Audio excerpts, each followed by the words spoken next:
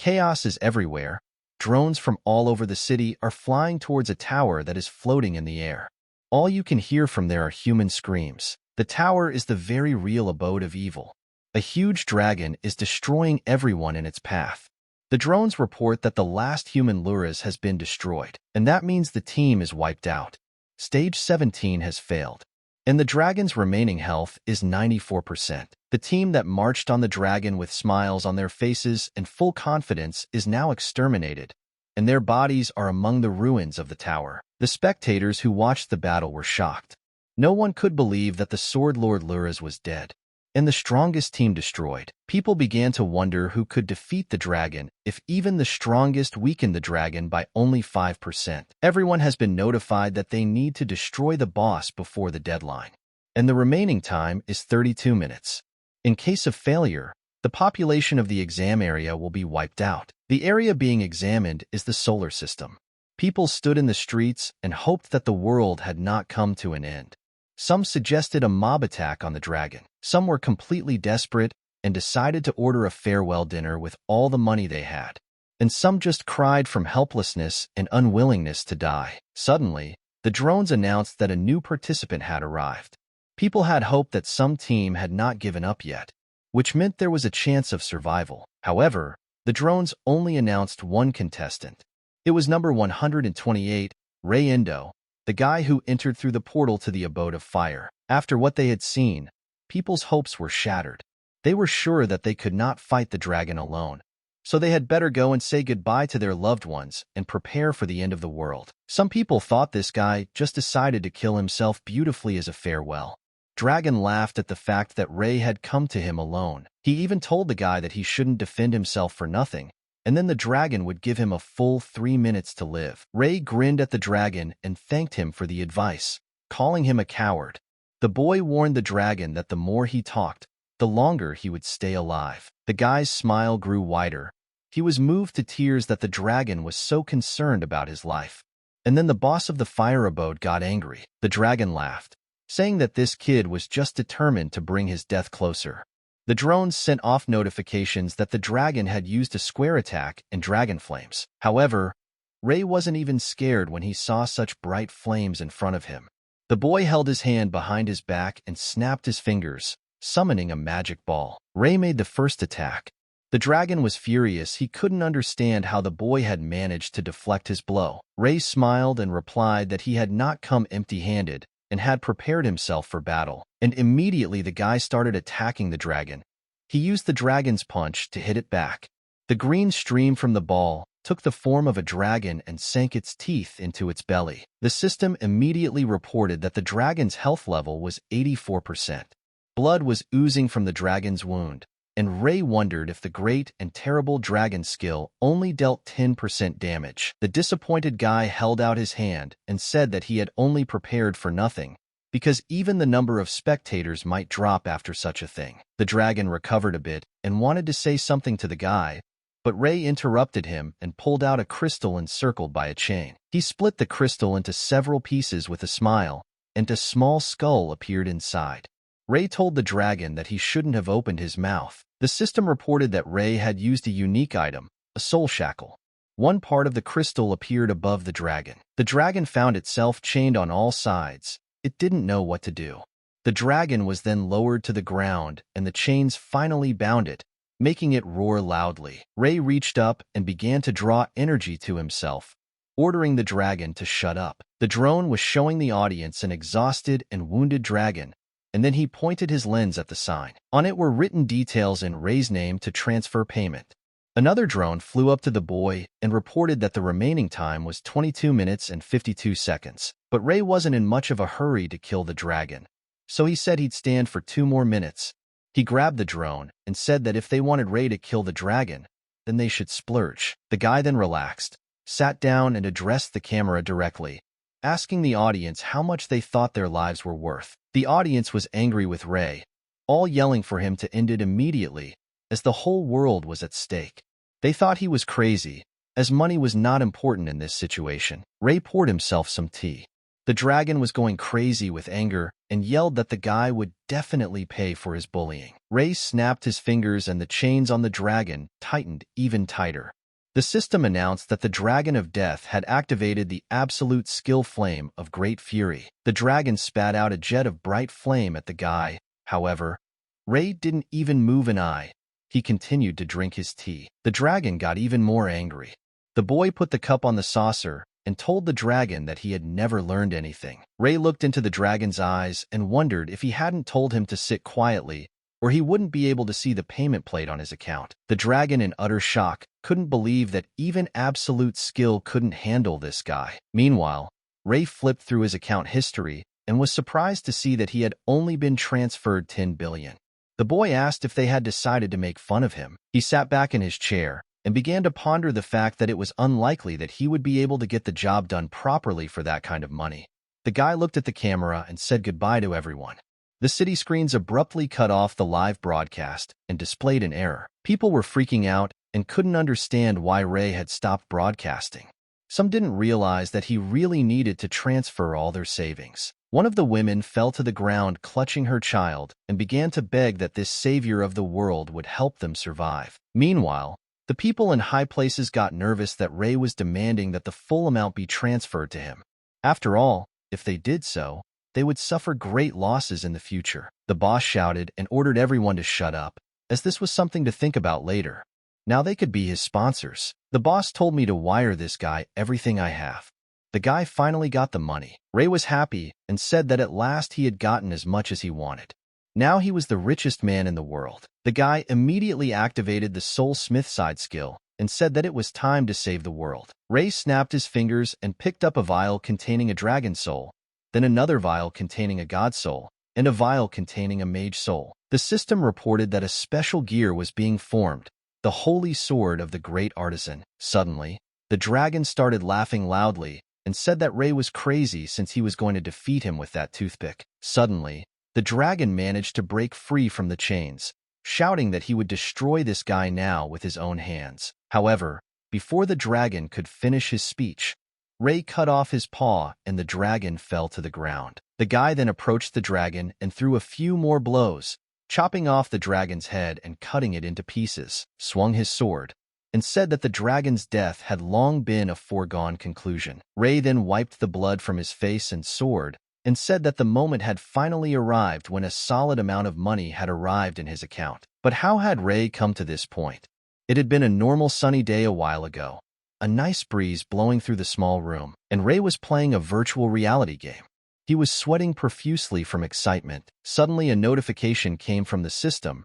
Ray had successfully passed the last test. The boy dropped to his knee from exhaustion and asked with a smile of disbelief if he had really pulled it off. It was a scam game. That was the common name for one fully immersive online prophecy game.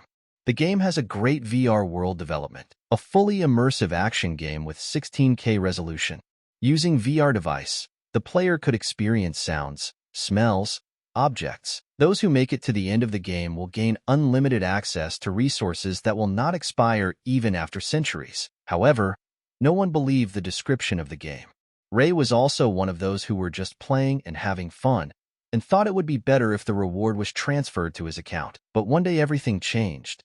The guy remembered how one day he was working at a construction site and the foreman announced a break. Ray sat on a bench under the awning, hiding from the heat and listening to the conversation of the other workers. The guy couldn't get a normal job, so he started working part-time as a laborer on construction sites. He was squeezed as if in a vice, worked until the seventh sweat in the sun, and from his colleagues received only mockery and ridicule. When Ray opened the food container to have a snack, he got a message on his phone from a prophecy game online. The guy looked and couldn't understand how this notification came from the developer if he had turned off all notifications. In the message, Ray was addressed as the #1 prophecy player online.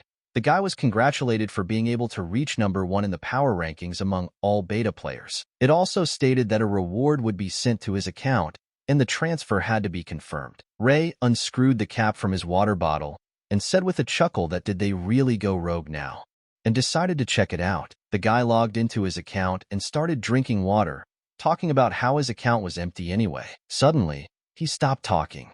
Seeing so much money in his account, Ray was shocked. While the guy was staring shockingly at his phone screen, one of the workers called out to him and said he wanted to ask him something. But hearing no response, the worker walked up to the guy and slapped him on the shoulder, asking what was wrong with him and if he was overheating. Ray suddenly jumped up from his seat and pushed the worker away, running out of the construction site. The worker shouted after him, wondering where he was going. The happy guy ran home and couldn't believe that you can really make money in this game. And if those words about unlimited access to resources that won't expire after centuries are true, then he has devoted all his energies to this game. However, Ray realized too late that he had been too naive. This game is ruthless to the players. Players were like pawns on a chessboard. The level bosses destroyed not only the players, but also their saves. The exits from the dungeons always showed up in different places. And most importantly, the pain from the blows was quite real. When players encountered an overly realistic fear of death, they stopped playing further. At his job, Ray earned just enough to cover only the bare necessities. And in order to keep playing, he got into debt and loans. Those from whom Ray borrowed money were chasing him and demanding that he pay back the money or they would kill him. But the guy had no choice but to go forward, in the hope of unlimited access to resources that would not expire even after centuries. When Ray had just finished the game, he received a message from the developer again, congratulating the guy on successfully completing the game, and argued that the experience Ray had gained would undoubtedly be a valuable resource in the future. The guy took a breath and removed the device. He placed it on the floor with trembling hands, and with a smile on his face, he said that he had really done it. A notification sounded, and Ray immediately rushed to the phone. The guy had received an email from the developer again. This message was addressed to all the players of Prophecy Online. The developer wrote that not so long ago they reached their goal. There was someone who was able to pass the game to the end, and due to this, all online Prophecy servers will be shut down from now on. Ray asked fearfully, wondering what about the reward. In the last line of the message, the developer thanked everyone wholeheartedly for their participation, without even a hint of a reward. Ray dropped the phone in shock, and the screen broke. He lowered his head down dejectedly and asked again what about his reward. After all, he made it through the game to the end, passing all these difficult tests. They have to reward him. The guy then calmed himself down and convinced himself that there was just so much money there that they couldn't transfer at one time. Ray lay back on the mattress and said hopefully that he would check his account tomorrow. But ever since Ray got his first million, the money hadn't come in. He kept thinking how much better his life would have been if he'd quit halfway through. But no matter how much he regretted it, there was no turning back the clock. A week passed. Ray woke up on a hot morning and heard the notification come in. The guy took the phone in his hand and made sure no one was calling him. Then he looked up to where the sound was coming from and saw the screen in front of him, on which it was written that the main quest failed. Moscow is destroyed. A new main quest of testing the land begins. The remaining time is 43 days 7 hours. You need to destroy the boss before the deadline. And in case of failure, the exam area will be destroyed. Ray was completely confused and didn't understand what was happening. The news broke on television that Moscow had been wiped off the face of the earth. The entire city has been wiped out. The Russian government has declared that there is no chance of survival. Unidentified creatures have suddenly appeared in the territory of Japan.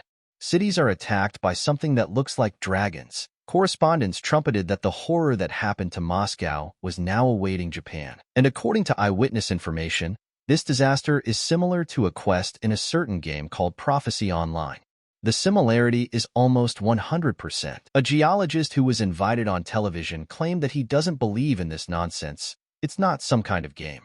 All the destruction was caused by a natural catastrophe due to the shift of tectonic plates. The TV host tried to convince the geologist that it was their reporter reporting from the field after all.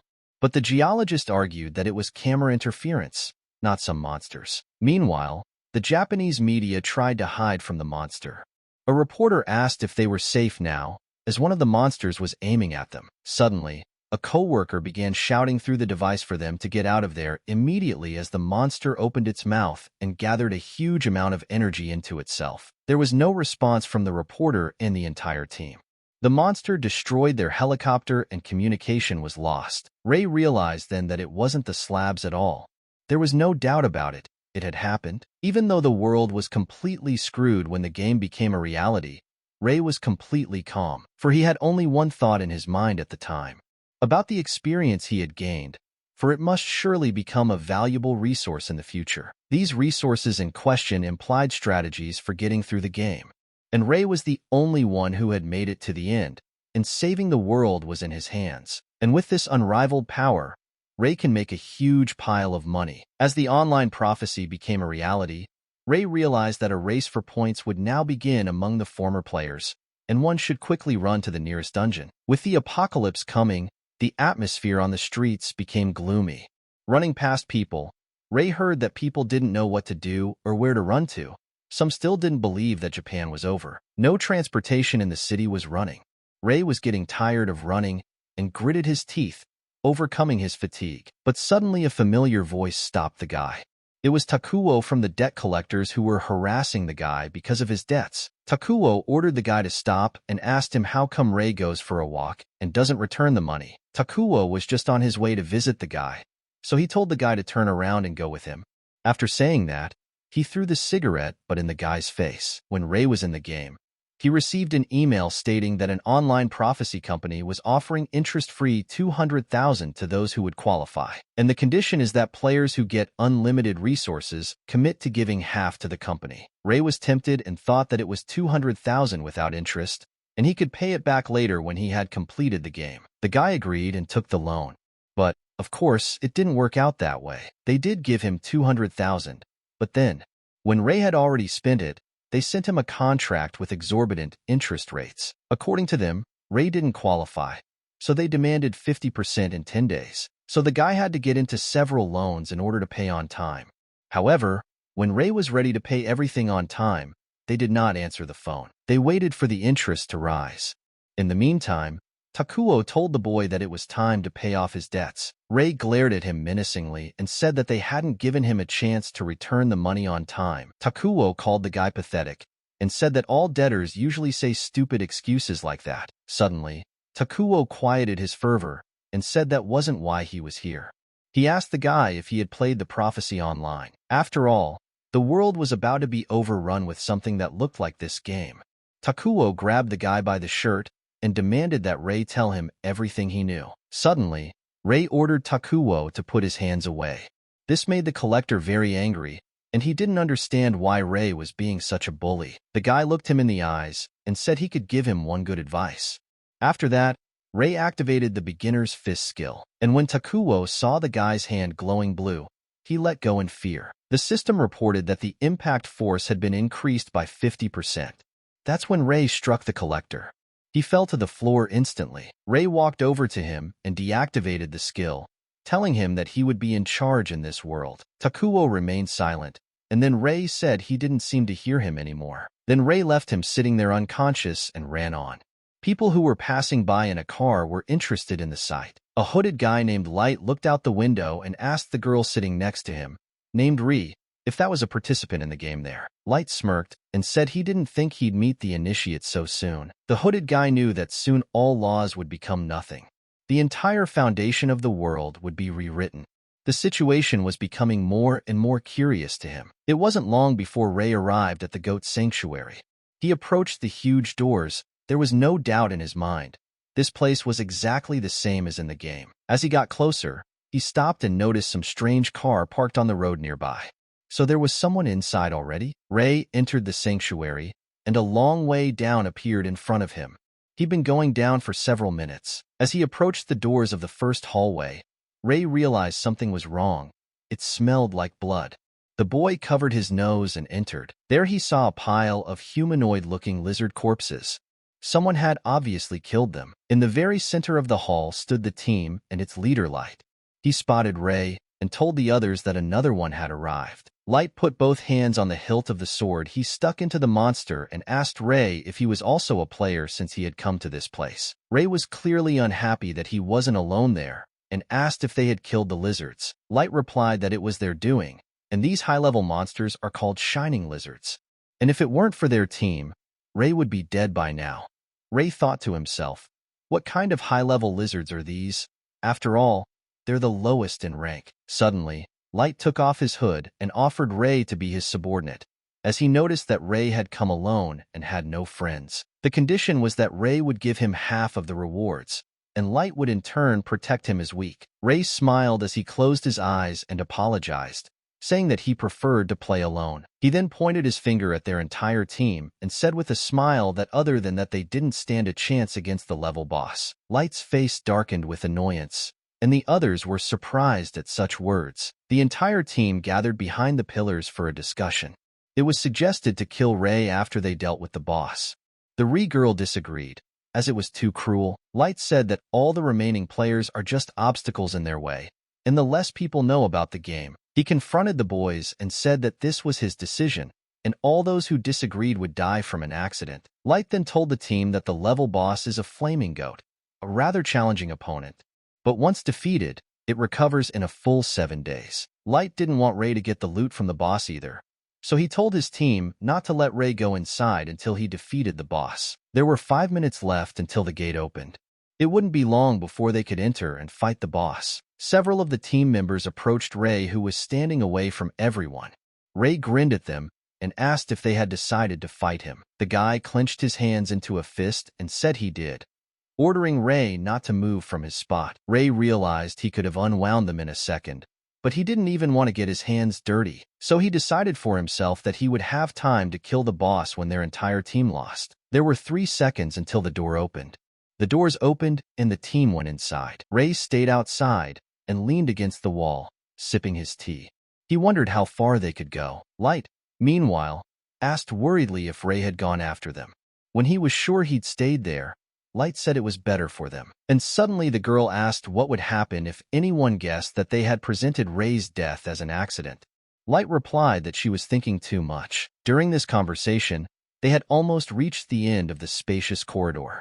The Light hit the boy's shield and told him to be on guard. The guy gave him a thumbs up with a smile and told him that everything would be fine since he had this shield and no bosses would be afraid of them. Suddenly, a strong torrent of wind blew through the hallway and Light started screaming, "What the hell is going on and where is this wind coming from?" At the end of the corridor, a huge pillar burst into flames with a strong wind coming from it. Light froze in one place and looked with horror at the flames. He thought it was the boss. The flames died down.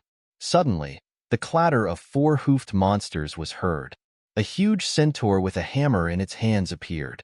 It was an infernal goat. The hell goat opened its mouth, where flames were coming from, and roared violently.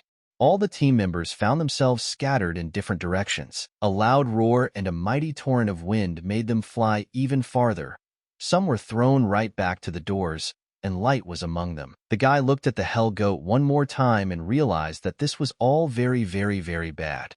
He didn't understand how they should proceed. A frightened girl ran up to him and asked him what they should do. The Light told her to be quiet and said that they would retreat now. One of the team members rushed to the doors, but the doors would not budge in any way. They could not be opened. Suddenly, the shield guy appeared and asked what the hell they were doing. Light told the rest of the team to hold the shield guy back, because he said his shield could withstand anything. And so there was nothing left for the guy to do but try to protect everyone.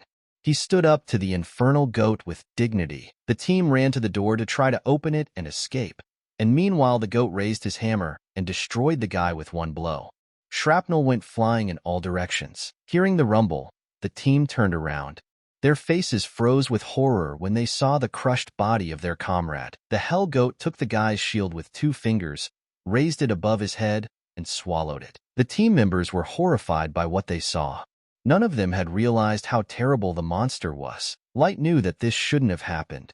Since they were preparing to face the fire goat, this monster could be defeated even by beginners knowing the strategy. But after the new version, there was a boss that no one had ever defeated. It was the hell goat. 4,762 players failed at killing this boss. Light didn't understand why this hellcat was here, why he hadn't been removed, because he shouldn't be here. And then Light remembered that Ray was standing outside. And even though the door couldn't be opened from the inside, it was possible to enter from the outside. Light leaned against the door and started knocking and yelling for Ray to open the door. He promised to give him all the team's awards if Ray defeated this monster. Light didn't hear anything in response. He kept knocking and yelling, hoping that Ray would open the door. While Light was trying to shout, the monster was already at the door. The goat scattered everyone in different directions with the hammer. The team members fell to the floor and wheezed in pain.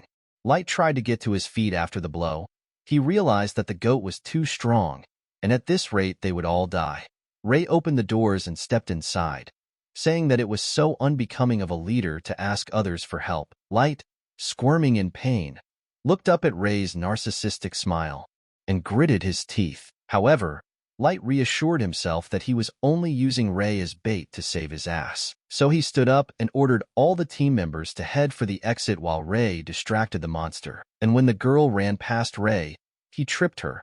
She fell to the floor. And Ray told her that he didn't advise her to do that. Meanwhile, Light was running as fast as he could toward the door, but it had already begun to close.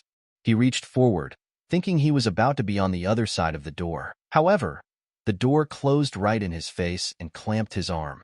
Light grimaced in pain and screamed, trying to pull his arm out. Hearing the scream, the Hellcat came up to him and told him he was very noisy. The Light immediately went silent. The monster raised his hammer and irritatedly began shouting that these cries were making his ears ache, so let him finally shut up. Light looked at the monster with horror and cold sweat appeared on his face. After that, there was a loud sound. A thump was heard. Light's body was crushed, and blood splattered around. The team members were now at a loss as to what to do next. At this time, Ray picked up Light's sword and said that it was very simple. And even though Light was a jerk, his sword wasn't bad. Suddenly the Hellcat raised his hammer over the guy and laughingly asked if he wanted to die too, promising that he would help with that. The monster struck the place where Ray was with the hammer. However, the guy was already above his head at that time. Ray smirked and told the goat that he was talking some nonsense. And after saying that, the guy cut off the monster's horns. And then, moving down the goat's body, Ray began to deliver slashing blows. The monster shrieked loudly, and its horns clattered to the ground. Ray found himself standing next to the surviving crew members.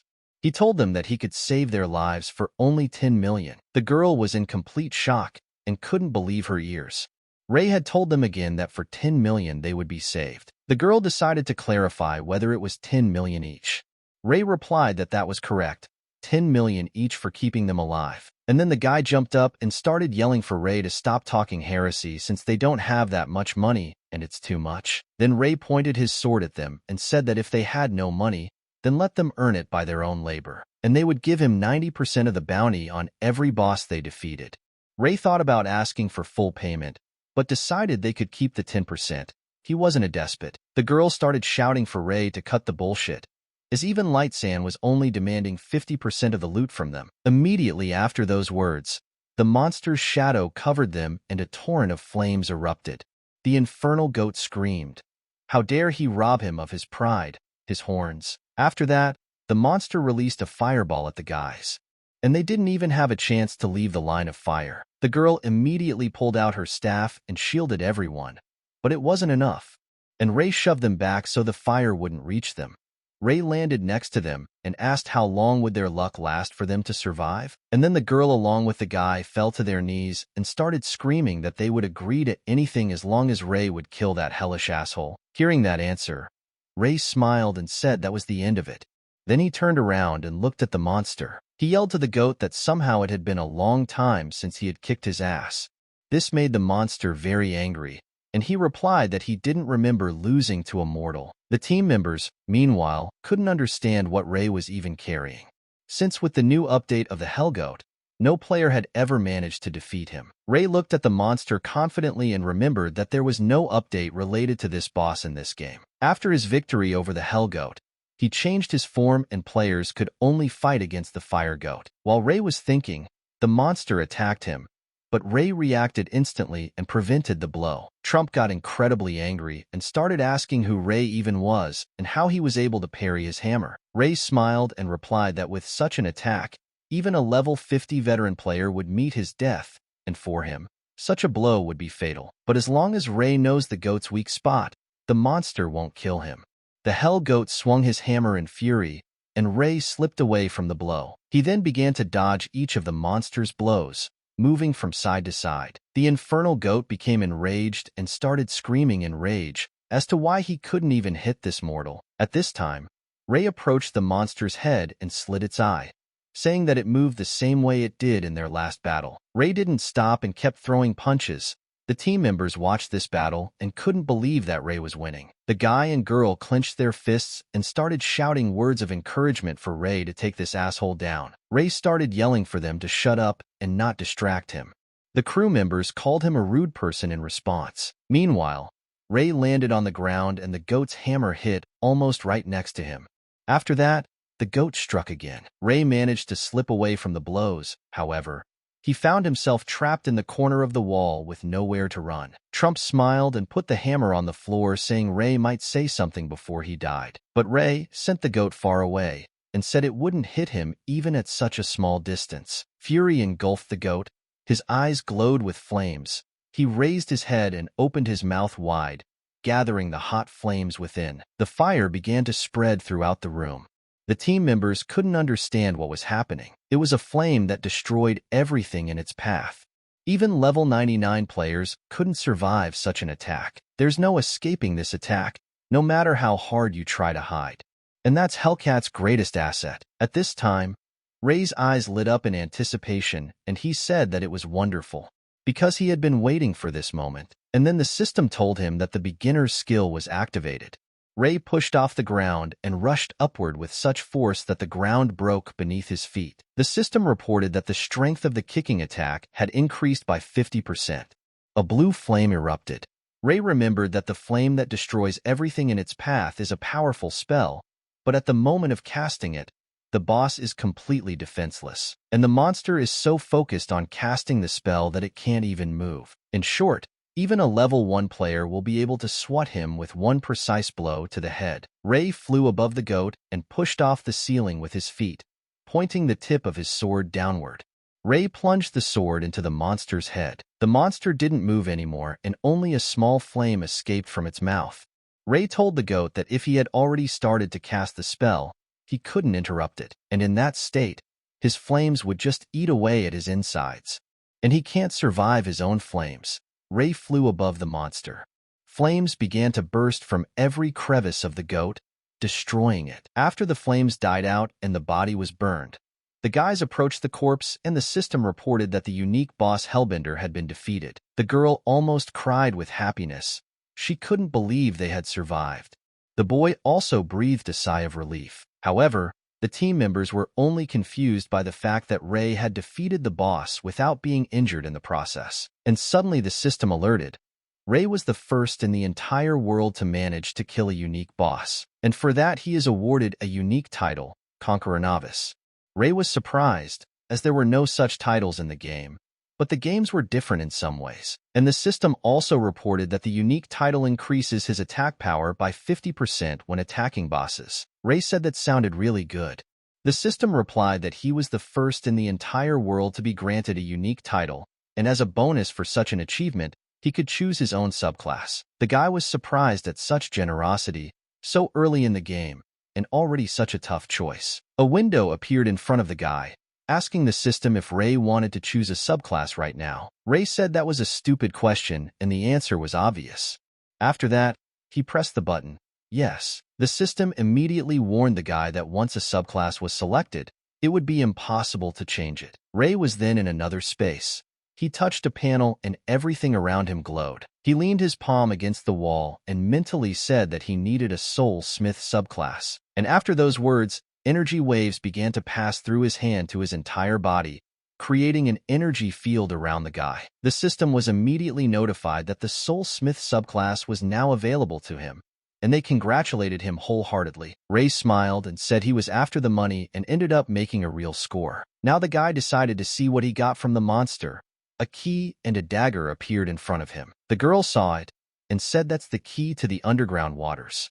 These are special hunting grounds where you can not only get pumped, but also earn good money. The guy was supportive and said that according to Light it was a very rare drop, which is what he was getting the group together for. Ray twirled the key on his finger and said that it wasn't that rare, and the drop of this key was 100%. The guy became embittered and started yelling and asking how Ray even knew that.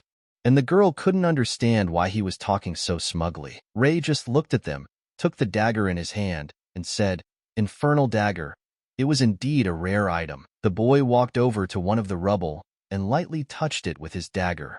The stone immediately shattered into 2 pieces. The girl couldn't believe her eyes that Ray had just cut the stone like butter with his dagger. However, Ray said that it was a very weak result and decided to test the new class on it, hoping that he had enough materials to improve. A subclass, as the name implies, is an additional class to an existing class, and most of those subclasses are useless, except for a couple of subclasses, and Soulsmith is one of them. People with this subclass are able to extract a soul fragment from all things: people, animals, plants, and ore. Different fragments gave different enhancements. Ray knew that with this subclass you could get through the damn game. He activated the Soul Eye, and the system alerted that the item could be awakened using the Soulsmith subclass. And the items required for such an awakening are AF rank Mage Soul Fragment. Ray looked at the girl, and the system immediately reported that the girl was at level 5, and it was possible to extract a fragment of the mage's soul. The prerequisite for extraction was signing a contract. Ray realized that this girl had a magic class. However, his plans didn't include a contract. He wanted to ask them for 90% of every boss they defeated. After a bit of thought, however, Ray realized it sounded more appealing. He stabbed his sword into the floor tiles and walked over to the boys. Ray asked them if they wanted to become stronger, and he said he could give them this key to do it. The guy immediately started jumping for joy and yelling that they really wanted it. Then Ray pulled out the contract and said that in that case they would bring him all the items on the list, and the key was a down payment. The boys almost cried with joy. They wanted to get rich with the key. Ray said there was no need to thank him, as the richer they became, the richer Ray himself would be. The system reported that Ray had made a contract with the girl, and all the conditions for extracting the soul fragment of AF-ranked mage have been fulfilled. A vessel appeared in front of the boy. The material was obtained, and Ray decided to start forging. The soul smith skill was activated. Then a huge vortex of energy appeared, and the dagger began to merge with the vessel. Ray held his hands up and began to speak the incantation for the infernal dagger to awaken. After that, a bright flash appeared, and the system reported that the Hell Dagger's awakening was successful. Ray took the dagger in his hand, and a notification came that the weapon's attack power had been increased and a new skill, Chopping Soul Strike, was available. The guy immediately wanted to test his new skill and took a swing. The guys were very scared and did not know what to expect. Ray struck with his dagger, releasing a powerful shockwave that reached the end of the corridor and beyond the shrine. The loud sound scared away all the birds in the neighborhood, and the sunlight penetrated the sanctuary and brightened the surprised faces of the boys. Ray looked up at the sky through the huge hole he'd made, a few shards still raining down on him. The frightened and shocked boys meanwhile lay on the ground and did not understand if it was possible for a human being to have such power. Having thus tested the strength of the blow, Ray said that it was not bad. Now he had weapons and skills, and only one thing left to do. After these words, he turned to the girl, and she was very frightened. She closed her eyes and covered her head with her hands. She closed her eyes and covered her head with her hands, but Ray just walked past and walked over to the wreckage. The girl was very surprised by this. She turned around and saw Ray sitting down next to the corpse and folded her hands to pray. Her eyes sparkled with admiration, and she wondered if he really wanted to honor the dead players. But that's not what happened. After the prayer, Ray picked the pockets of the corpses, and when he found the wallet, he started counting the money. The guy said it's his money now, and he thinks he'll definitely have enough for a cab. The guys were watching from the sidelines, and the girl said that Ray was more horrible than the most infernal goat, like a monster in human form. Some time passed. Ray headed off to his next destination. He came to the entrance of an abandoned temple. Once inside, Ray looked around and walked forward along the path until he came across a well. Inside the well, he noticed a ladder and decided to go down. Ray knew there was a well in the old temple that had been abandoned by everyone, and that at the bottom of the well, there is a secret dungeon where you can easily gain experience. The monsters there are pretty strong, and you'll need a group of at least 3 people to get through this dungeon. But now that Ray had awakened the infernal dagger, he was sure that all the experience and money would be his. After a few minutes, the boy went down to the very bottom of the well, and as soon as he put his foot on the ground, a huge gold coin flew at him. Ray noticed it in time and immediately swung his dagger, cutting the coin into two pieces, after which he took a fighting stance and both halves of the coin fell behind his back. Seeing those who tossed the coin, Ray was a little wary. It was a team of 3. The ringleader of the group, named Cookie, approached Ray and said with an evil smirk that he had entered their territory. Ray was surprised and held out his dagger, asking why on earth this was their territory. Cookie looked at him arrogantly and asked if Ray knew the golden rule, first up, first down. Ray told the ringleader that if they had a group of 3, he could show some great grounds for experience, for a fee of course. In response, a guy named Ion said they were fine here, and a big closet-looking guy named Adrian suggested that Ray pay them and they'd let him pass on. Ray took a deep breath and realized that he was facing the new entrepreneurs of this new world. He rolled his eyes and wondered how much they wanted for a pass. Cookie smiled and said they were asking for 50,000 an hour, and there were tons of monsters ahead, and if Ray defeated them, he could recoup the money he spent. Ray agreed to the deal and handed him a stack of money, telling him he'd make up for what he'd spent quickly. Cookie wished him luck and told him he had the place to himself for exactly 1 hour. They let him through without any problems and Ray found himself in a cave with crystals. It was the wolf's den. Hearing a loud howl, Ray immediately stopped and looked around. Animal footsteps could clearly be heard. The pack of wolves surrounded the guy on all sides, and they started howling loudly. Ray didn't move. Suddenly, he noticed a wolf with glittering eyes in front of him. Ray immediately realized that it was a diamond wolf, a mid-level monster with a low health score. He took a deep breath and wondered why the whole pack had come at him. He could have used a soul-cutting blow, but he decided to save his strength. Suddenly, the wolves howled loudly, signaling the beginning of the attack.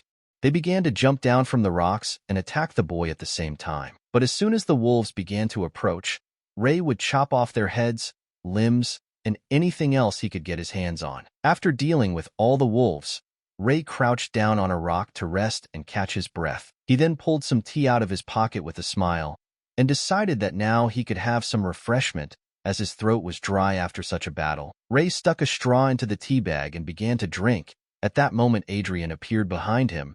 He swung around and was about to strike. Ray noticed it just in time.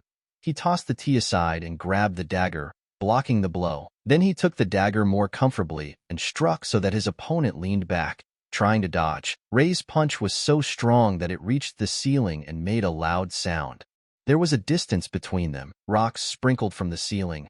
A wound on Adrian's forehead was bleeding, and he said with a wide grin that Ray had almost stabbed him. Ray was silent, thinking that Adrian had managed to dodge his blow, which meant he was no stranger to fighting against humans. So he asked Adrian if it was too low to attack from the back when he was distracted by the monsters. Adrian smiled wickedly, his eyes sparkling with rage, and he replied that that was the best part. Ray got angry and asked if Adrian was holed up in these grounds, waiting for strong players with decent loot, who can be eliminated while they try to deal with the monsters. Adrian just smiled silently. Suddenly, Cookie showed up with Ion and told Ray that he was very guessing. Ray looked at them scornfully and said that this was a real wolf den, a gathering of hyenas. He wondered why he was the only one who'd thought to go there. Ray looked into Cookie's eyes and said threateningly that he should have recruited a stronger group because they couldn't stand up to him. That made Cookie angry. Ray eyed each of them carefully and thought that when he met them, he didn't immediately notice that this Adrian Cabinet was the owner of a heavy arm. And this little Ion, with a sword in his hands that's bigger than him, puts magic on the weapon, increasing its sharpness. One blow, and you're in the grave. Ray also noticed that the ring on the hand of the ringleader of this gang was clearly some kind of problem. Meanwhile, Cookie adjusted his jacket and asked Ray to forgive them and allow them to make up for his comrade's gaffe. After saying that, Cookie waved his hand, and a huge amount of gold coins sprinkled onto Ray. All of these moments landed with a clatter at the guy's feet. He tried to stay calm and control his facial expression. But at this moment, Ray was really angry that this jerk was throwing money around. It was sacrilege to throw 10,000 away. Cookie smirked and said that he seemed to have paid too much and asked that Ray pick up the excess and give it to him. Ray, of course, realized it was a trap. He asked Cookie how he compensates the victims, makes them kneel down and pick up money from the ground. Ray had already realized that it was an explosive coin ring. These coins can explode at the will of the ring's owner. Cookie decided to play on his greed and ignorance, and then Ray told Cookie that if he gave him his money, he would so-and-so let them go in one piece from there. Cookie got angry and came down from the cliff, saying that Ray is not friendly with his head, and don't forget that the three of them will be fighting against him. Ray's eyes flashed blue, and he started shouting that he didn't care how many of them there were, even 100. Their fighting skills weren't worth a dime anyway. These words hurt Cookie badly. He reached out with the ring and formed a fiery explosion. The ringleader then started yelling that he had originally thought of just blowing Ray up, but now ordered his guys to chop the freak to pieces. Adrian immediately pounced on Ray. Using his punch, however, Ray managed to dodge, and at that moment, Ion appeared behind him. They surrounded the boy from all sides, Ray blocking their blows. He then gathered all his energy and used an attack, throwing those ghouls away in different directions. Ray got angry and said that he had paid them $50,000 to leave him alone for an hour, and they ended up breaking the deal themselves. And now they are obliged not only to return his money, but also to pay the interest on top. Cookie smiled wickedly and replied that he would pay the interest with his explosive coins. After saying that, he snapped his fingers and used the coin explosion technique. Thousands of coins chased after Ray. At this time, while the coins were chasing the guy, Ion decided to jump off the cliff and attack. However, Ray noticed and blocked his strike just in time. With a swipe of his dagger, Ray chopped Ion's sword into pieces. Cookie was watching the battle. He couldn't understand how Ray managed to break Ion's sword. He noticed that Ray was holding a dagger, an epic weapon. Ray fought Adrian and Ion lightly, but the ringleader thought they were higher level than Ray and definitely wouldn't lose to him. Explosive coins surrounded the guy on all sides. Ray was pissed that the jerk was throwing money around like that and couldn't figure out if he had endless of it. Meanwhile, Adrian attacked from the back, using a missile strike attack. He struck with such force that the shards flew in different directions. Ray's dagger floated in the air. Adrian emerged from the pall of dust and cheered loudly, saying that it had been a great blow, and that Ray would surely die from such a blow. Ion, meanwhile, was pretty pissed off that Adrian hadn't thought of the others. He could have been hurt too. After all, more important to Ion, however, was the fact that repairing his sword would now cost money. Happy Cookie at this time walked over to the dagger, picked it up from the ground, and said that no matter how rare the weapon was, it was worthless in the hands of a weakling. And suddenly Ray used the soul-capturing skill. Chains enveloped Adrian and Ion's bodies, preventing them from even moving. Cookie watched them with fear in his eyes. He watched the chains squeeze their bodies tighter and tighter. Adrian and Ion were screaming heavily. A worried and agitated Cookie called out to them, hoping they could get out. Inexplicably, Ray's voice appeared from nowhere. He began to say that with the help of the Soul Smith skill, he had literally squeezed their souls into a vice. And suddenly Ray appeared from the remaining puffs of dust. He said that torture was far worse than death itself. Cookie was overcome with rage. He couldn't contain himself any longer and ran at Ray with a dagger in his hands. But as soon as Cookie got close, Ray grabbed him with his hand and pushed him back. Then he looked him straight in the eye and told him that Cookie was too slow. Cookie frowned and asked if it was true, and after saying that with a crazy smile, he grabbed his jacket with his hands and started shaking it violently. Coins sprinkled at a great speed. Employing such a stratagem, Cookie told Ray to now try to run away from him. However, Ray instantly used the soul-capturing skill and the chains clamped onto Cookie's body. The chains then wrapped around his neck and began to tighten even tighter. Cookie started screaming and asking why the coin explosion hadn't happened. Ray replied that soul captivity could immobilize an enemy and deactivate skills if the enemy's level was far below his skill. It was like taking away a candy bar right in front of his face. These words hurt Cookie. He started shouting that it was impossible as his level 7, and he was one of the fastest developing players. As his body was squeezed by the chains and he squirmed in pain, Ray said that such progress was indeed good for a beginner. Ray's eyes flashed blue again. He used his soul eye to see what he could get out of these idiots. When Ray looked at Adrian, the system alerted that Adrian was AF rank fighter soul fragment. Condition: feed the host. Ray cast a glance at Ion. The system alerted that Ion was AF rank warrior soul fragment. Condition: reunite with his younger sister. And then Ray looked at Cookie. F rank mage soul fragment. conditioned to cause fear to pierce through the host's entire body. Ray took a deep breath and realized that Cookie was the only one he could get something with. Cookie was screaming in pain at this time. He begged to let them go, but not to kill them. Ray ran his finger over his dagger and replied that Cookie was talking nonsense, and what good would it do him to have them alive? Cookie was confused and asked what he was talking about. Ray started listing eyes, blood, organs.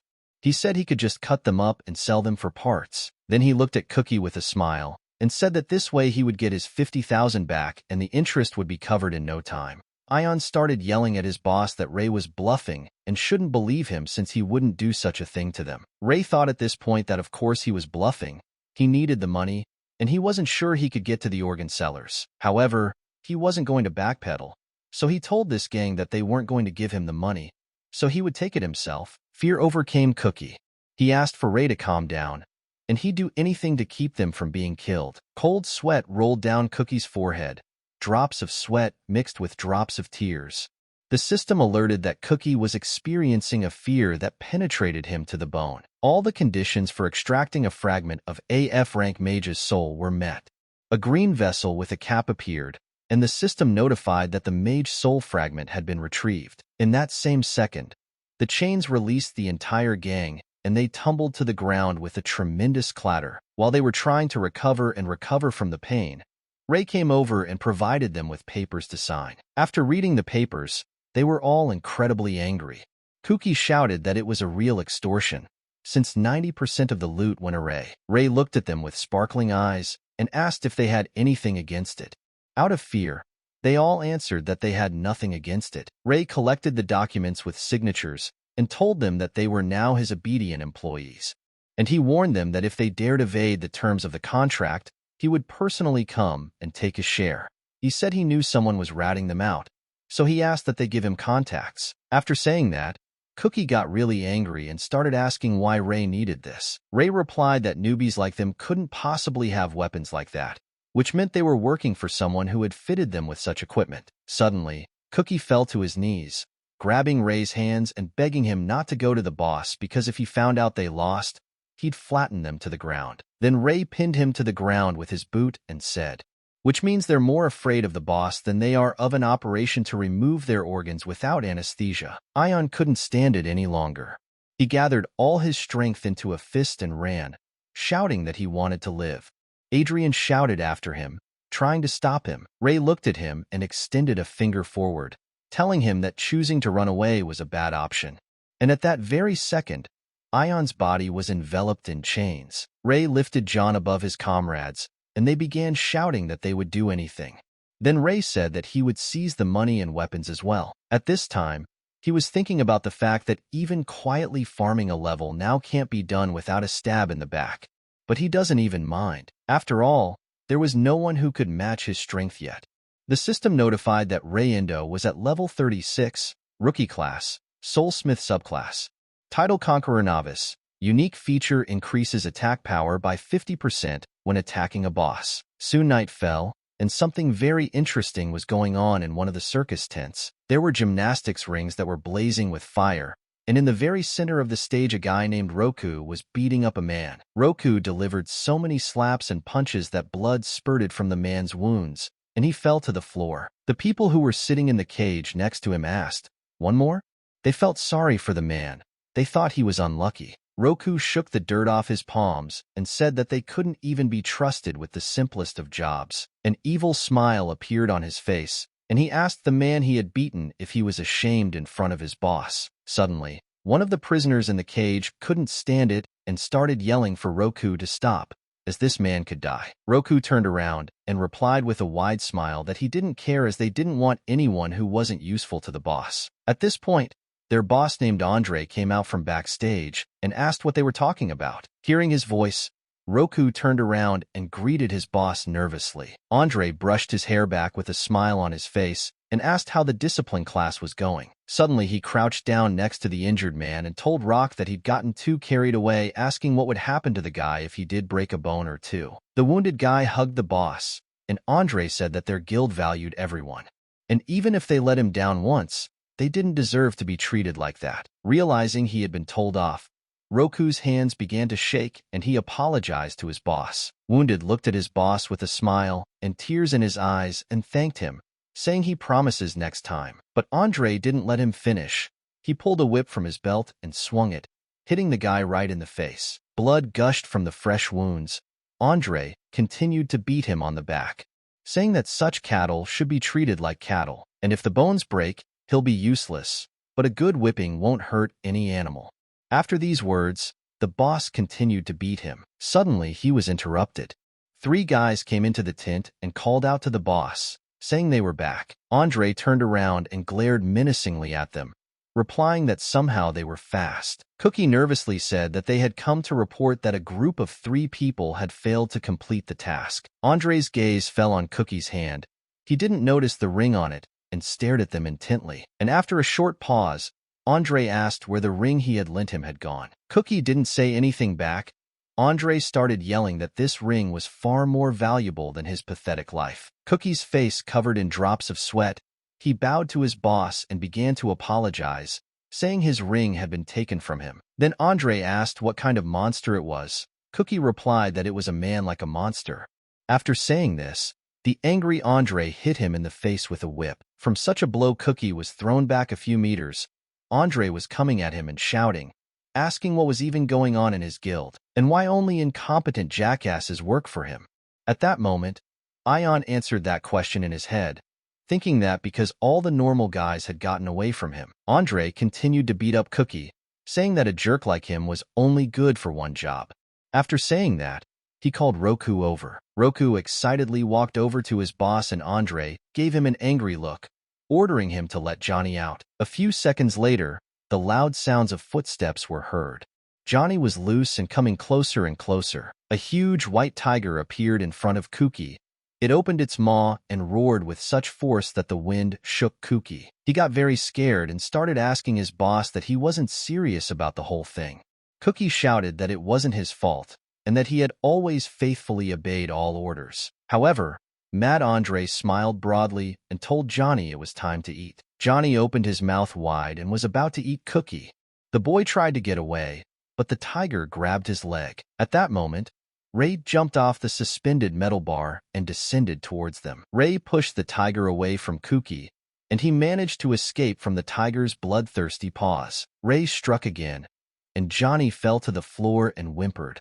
A worried Andre called out to the tiger, but it didn't respond. Ray looked at Andre and said that this hamster Cookie hadn't paid him the interest yet, and therefore didn't deserve to die yet. Andre at this time ran up to his kitty, who was crying in pain, and started asking where his little guy was hurting. Cookie pounced on Ray and started yelling that he was too late as the tiger had almost turned him into fodder. Ray smiled and replied that it was not easy to get here unnoticed. While the team was chatting with Ray, an exasperated Andre turned around, pulled out his whip, and struck from the back right at Ray. Ray instantly reacted, took out his dagger, and cut the boss's whip into several pieces. An exasperated and surprised Andre asked who the hell Ray was and what he was forgetting in his domain. Ray's dagger glinted in his hand, and he replied that he was now their new master. Roku was furious at what he heard. He asked the trio that had they completely forgotten their place and how much the boss had done for them. Cookie started yelling back that Rocky doesn't understand anything. Ion backed up and said that he had no idea how awful Ray was and he couldn't be denied. Ray smiled and turned to the imprisoned men in the cage. He told them that if they agreed to work for him, he would free them from this circus with this clown. The prisoners could not believe these words. One of them asked Ray if he would really save them from this hell. Ray smiled broadly and replied that he was giving them his word. He added that they would only have to give 50% of the loot, and he in turn will give them tips on how to get through this game. And that's far more beneficial than staying with a sadistic clown. The trio heard this and began to resent Ray for ripping them off for the whole 90%. Then Ray threateningly reminded them that they had tried to kill him. Meanwhile, Andre had already lost his temper, his anger overpowering him. He began to say that Ray had hurt his little Johnny, and now he was going to take his workers. His eyes glistened with rage, and he began to shout that he would send them all straight to the underworld. Andre then pulled out a gold card and said that unfortunately for them, he had this. It was a guild certificate, It confirmed the card holder as the head of the guild and also provided him with all the necessary procedures to fulfill his administrative duties. Ray saw this map and asked what kind of certificate it was.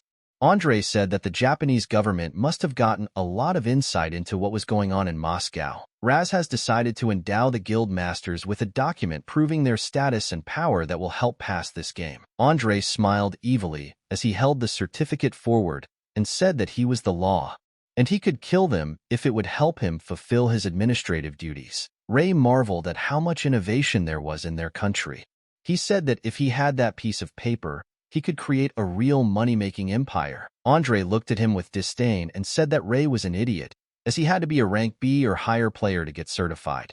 Roku brought his boss a weapon, and then Andre said that it didn't matter anymore, since Ray would die here anyway. After saying that, he grabbed a machine gun and started shooting wherever he could, shouting to everyone, "Bye-bye bugs." However, Ray didn't even move. The bullets flew past at an incredible speed without hitting him. Ray took out a fragment of the wizard's soul, after which he activated the skill, Soul Barrier.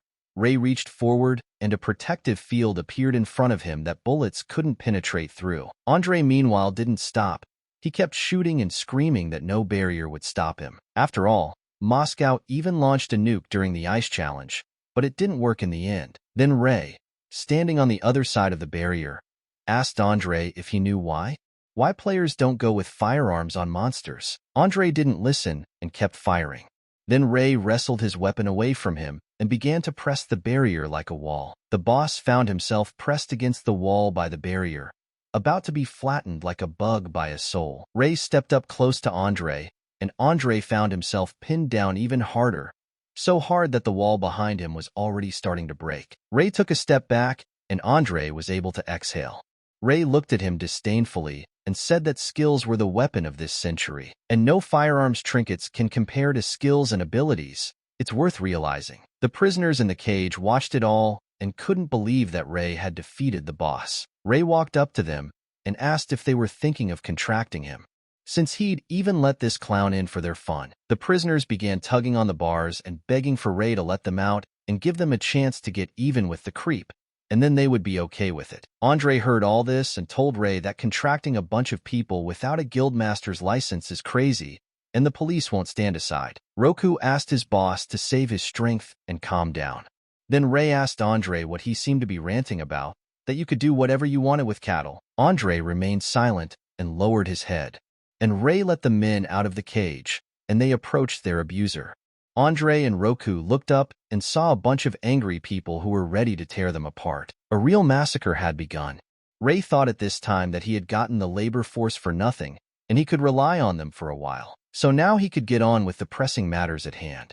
Ray opened the task window and found that there was a month left, so it was time. Sometime later, one sunny day, Ray arrived at the certified examination site at the headquarters of the Players Association. He was walking down a crowded street, holding a bottle of his favorite drink tea in his hand. Suddenly, Ray heard the guys behind him discussing something about players and ranks. The guys were saying that players with B rank abilities or even higher could be recruited by the guild and would be heavily sponsored. An annual salary of 10 million. One of the guys told them not to get too caught up in dreaming too much, as only 1% of all players have AB rank, and rank A players in general are only 9 people in Japan. Then one of them laughed and said that he would become the 10th. His friends told him that there was no harm in dreaming, and they laughed too. Overhearing their conversation, Ray thought it had been like 2 weeks since the merging of their world and the world of the game, and initially, many players decided to accept the challenge from the Japanese government to get 100 million. However, the result of such a prank was deplorable. All players are now required to register with the association. No one will be allowed into challenges or dungeons. It will be impossible to get rewards either. Replaying those thoughts in his head a few times, Ray decided that those guys had great ambition, and he would have to have zeal like them. As Ray walked around, he noticed someone from the roof watching him. The stalker noticed Ray looking at him, and that's when he threw a road sign at the guy, which hit the sidewalk. The stalker missed a little. Ray wasn't afraid of him, but the people around him were very scared. One passerby exclaimed, "What the hell is going on? Did a road sign fall out of the sky?" Takuo's loud voice could be heard on the roof, calling for Ray, saying that he had finally appeared. Ray looked up and saw Takuo. He told the boy that he couldn't get away from him this time and jumped off the roof. Ray was surprised and curiously asked Takuo if he too had come here to take the exam. Takuo smiled back, and then Ray asked him if he realized that even with a beginner's punching skill, Ray would be able to blow his head off. Takuo raised his head proudly and replied that Ray didn't think he was the same weakling he was. Now Takuo bragged that he had a new class, the Spearman. Ray laughed out loud and asked him, "Isn't the Spearman a class for idiots?" Takuo was very angry, and he could barely contain himself. He asked Ray what his class was then. Ray looked him straight in the eye and replied with a smile that his class was beginner. Takuo started laughing and asked if such a class even existed, or if Ray was noodling around with him. Ray replied that he wasn't lying, and his main profession was novice. Takuo then grabbed a road sign and said he would believe him, but only to first demonstrate what the class of the Spearman could do. After those words, Takuo struck with his spear. Ray easily dodged his blow and began to approach him. Takuo couldn't understand what was going on. Ray came up close to him and said that he didn't want to get into trouble before the exam, but Takuo had provoked him himself. Ray then waved his hand and sent Takuo flying. The people passing by couldn't understand what was happening. A few meters later, Takuo landed loudly and fell with his whole body onto the sidewalk, breaking the tiles beneath him. Passers-by crowded around him to render aid, and some looked at Ray in shock. However, Ray answered them that it was self-defense and nothing more. After that, Ray went to the association. The girl at the front desk informed him that the fee for providing the exam would cost 8,000. Ray was surprised at the amount and thought it was a real rip-off, but he still had to pay. Then he sat down and waited with his head down. The association worker approached him and apologized with a smile for the wait. Ray looked up and saw the girl in front of him. She sweetly corrected her glasses and told Ray that they were starting the ranking exam. They came to a huge purple crystal that was floating in the air. Ray looked at the crystal and wondered if that was the whole point of the test. He asked the girl that he just needed to put his hand on the stone. Ray hesitantly began to reach for the huge crystal, and energy from his fingertips was channeled into that crystal. Suddenly, the crystal began to emit a very strong energy which surprised the girl very much. She couldn't understand what was happening. Because of the energy Ray released, the crystal changed its color to bright blue. The girl was confused. She didn't understand what it all meant and how she should proceed. After a while, the girl banged her palm on the table very loudly and yelled Ray's name. On very strong emotions, the girl informed him that based on the results of the exam, they would classify his abilities into the A rank category. She also said that Ray may have already heard about it, but players can also change their classes. A master of the sword, a great magician, an archbishop. If Ray only wishes, they, as an association, will fully assist him in doing so. After listening to the girl, Ray replied that he was declining since there wasn't one he wanted among their list of classes. The girl was greatly surprised and asked what kind of class he wanted. Ray advised her not to fill her head with unnecessary information. Then the girl said that if Ray wanted a certain class, it wouldn't be possible to change classes without a special subject, and the association would be able to provide such an item. However, Ray replied that if he needed it, he could get it himself. The girl didn't know what to say to him anymore. Then Ray asked if there were any more questions for him. The girl lowered her head down and asked if he wasn't making things even more difficult for himself. Ray didn't understand what she meant. Then she explained that his power was currently superior to all A rank holders, and if he refused to sign the contract and change class, then according to the new law, Ray would get rank E. And E-ranked players get a lot of restrictions. For example, they can't form guilds or change class.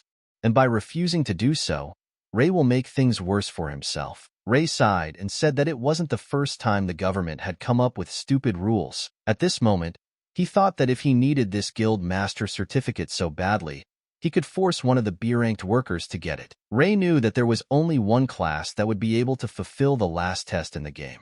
And until he showed up, Ray wasn't going to change classes for the sake of a checkmark. And so Ray asked the girl that even if he had rank E, and if he passed the last test, he would still get 100 million from the government. The girl replied that she did.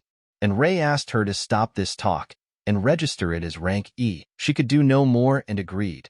informing him that they would issue him an E-ranked player card. After a while, Ray was walking down the street where a large number of players had gathered. The people around him were shouting the slogan that if one had a C rank, one should safely join their guild. They invited everyone to join their Artemis guild, starting at rank 0 and above. As he passed by, Ray thought about the fact that callers don't waste time.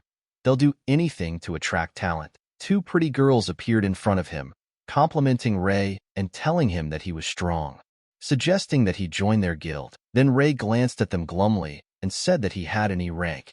The girls were immediately embarrassed and apologized for disturbing him. Ray realized that if he mentioned the E rank, everyone would immediately look away like a leper.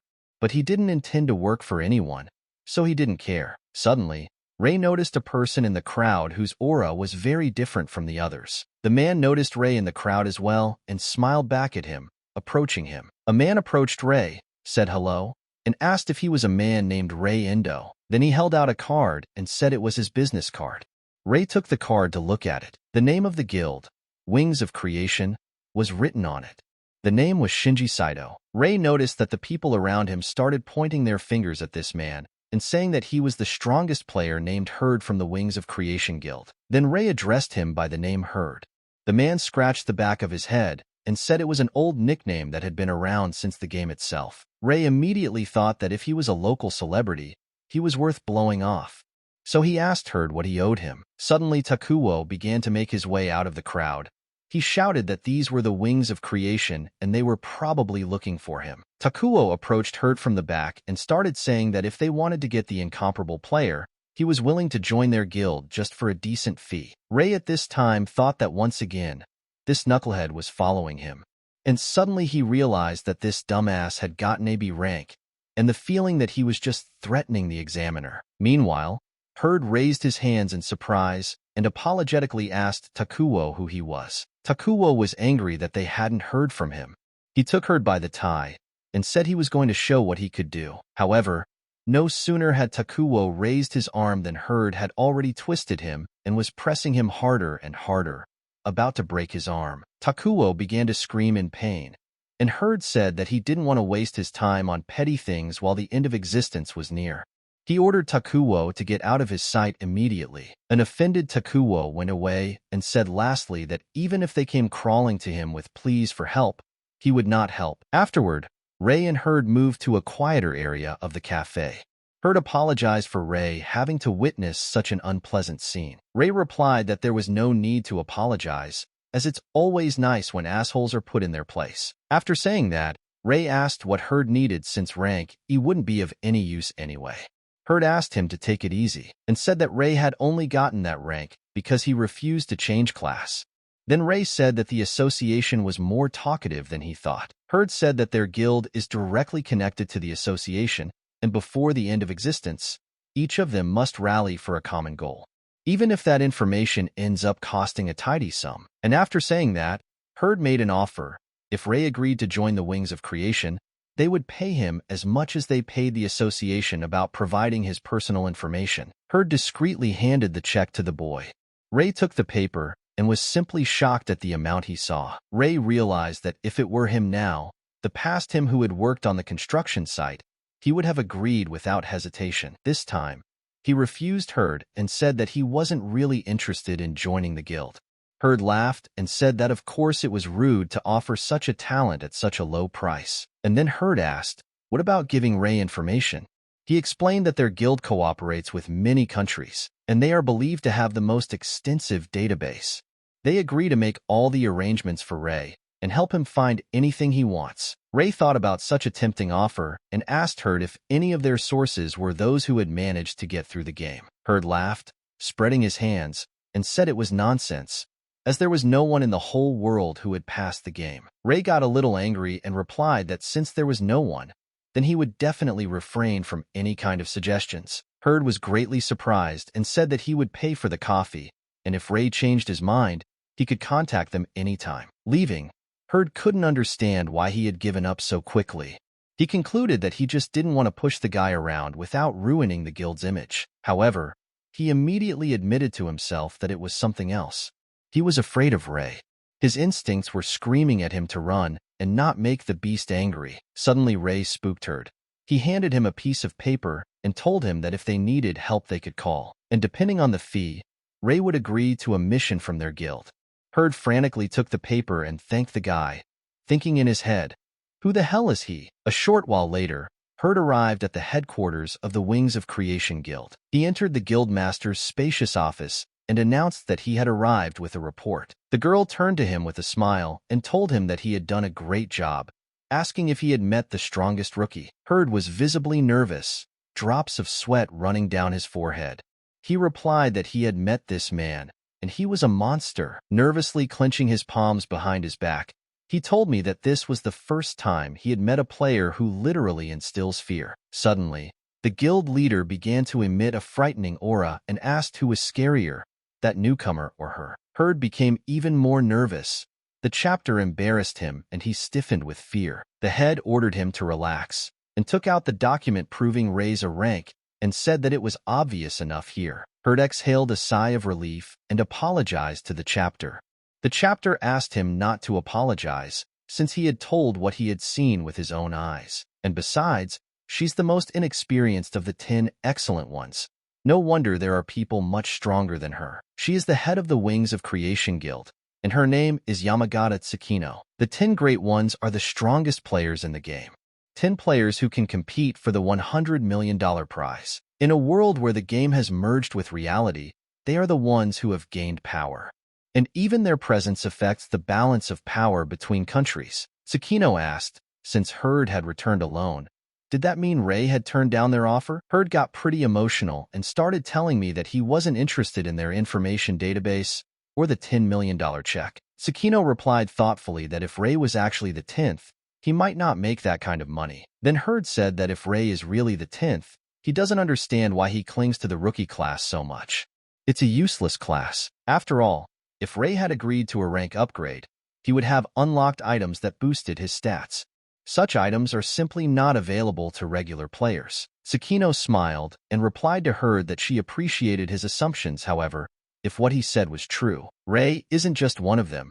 He could be the last unknown of the 10 great ones. Herd was surprised at such musings and asked if Tsukino meant that Ray was number 1. Tsukino explained that thanks to American intelligence, it was possible to find the 9 strongest players and rank them according to their strength, but they never found the number 1 man, thinking he didn't exist at all. Tsukino also revealed that there were rumors that the US was deliberately hiding the number 1 so that his power would only be in their hands. Herd fully supported the chapter and said he was of the same opinion. However, when he met Ray, he became convinced that this guy could very well be number 1. Tsukino got up from her chair and confidently placed her hands on the table and said that since that was the case, they had a good chance of winning. The girl went to the window and ordered that Herd give the guild members a message.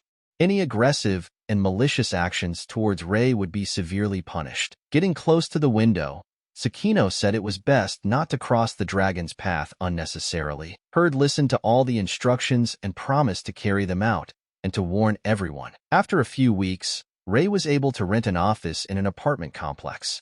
It became the headquarters for him and his employees. Ray was admiring the view from the window, and suddenly one of the workers called out to him. The guy asked how best to hang the TV, a little to the left or right.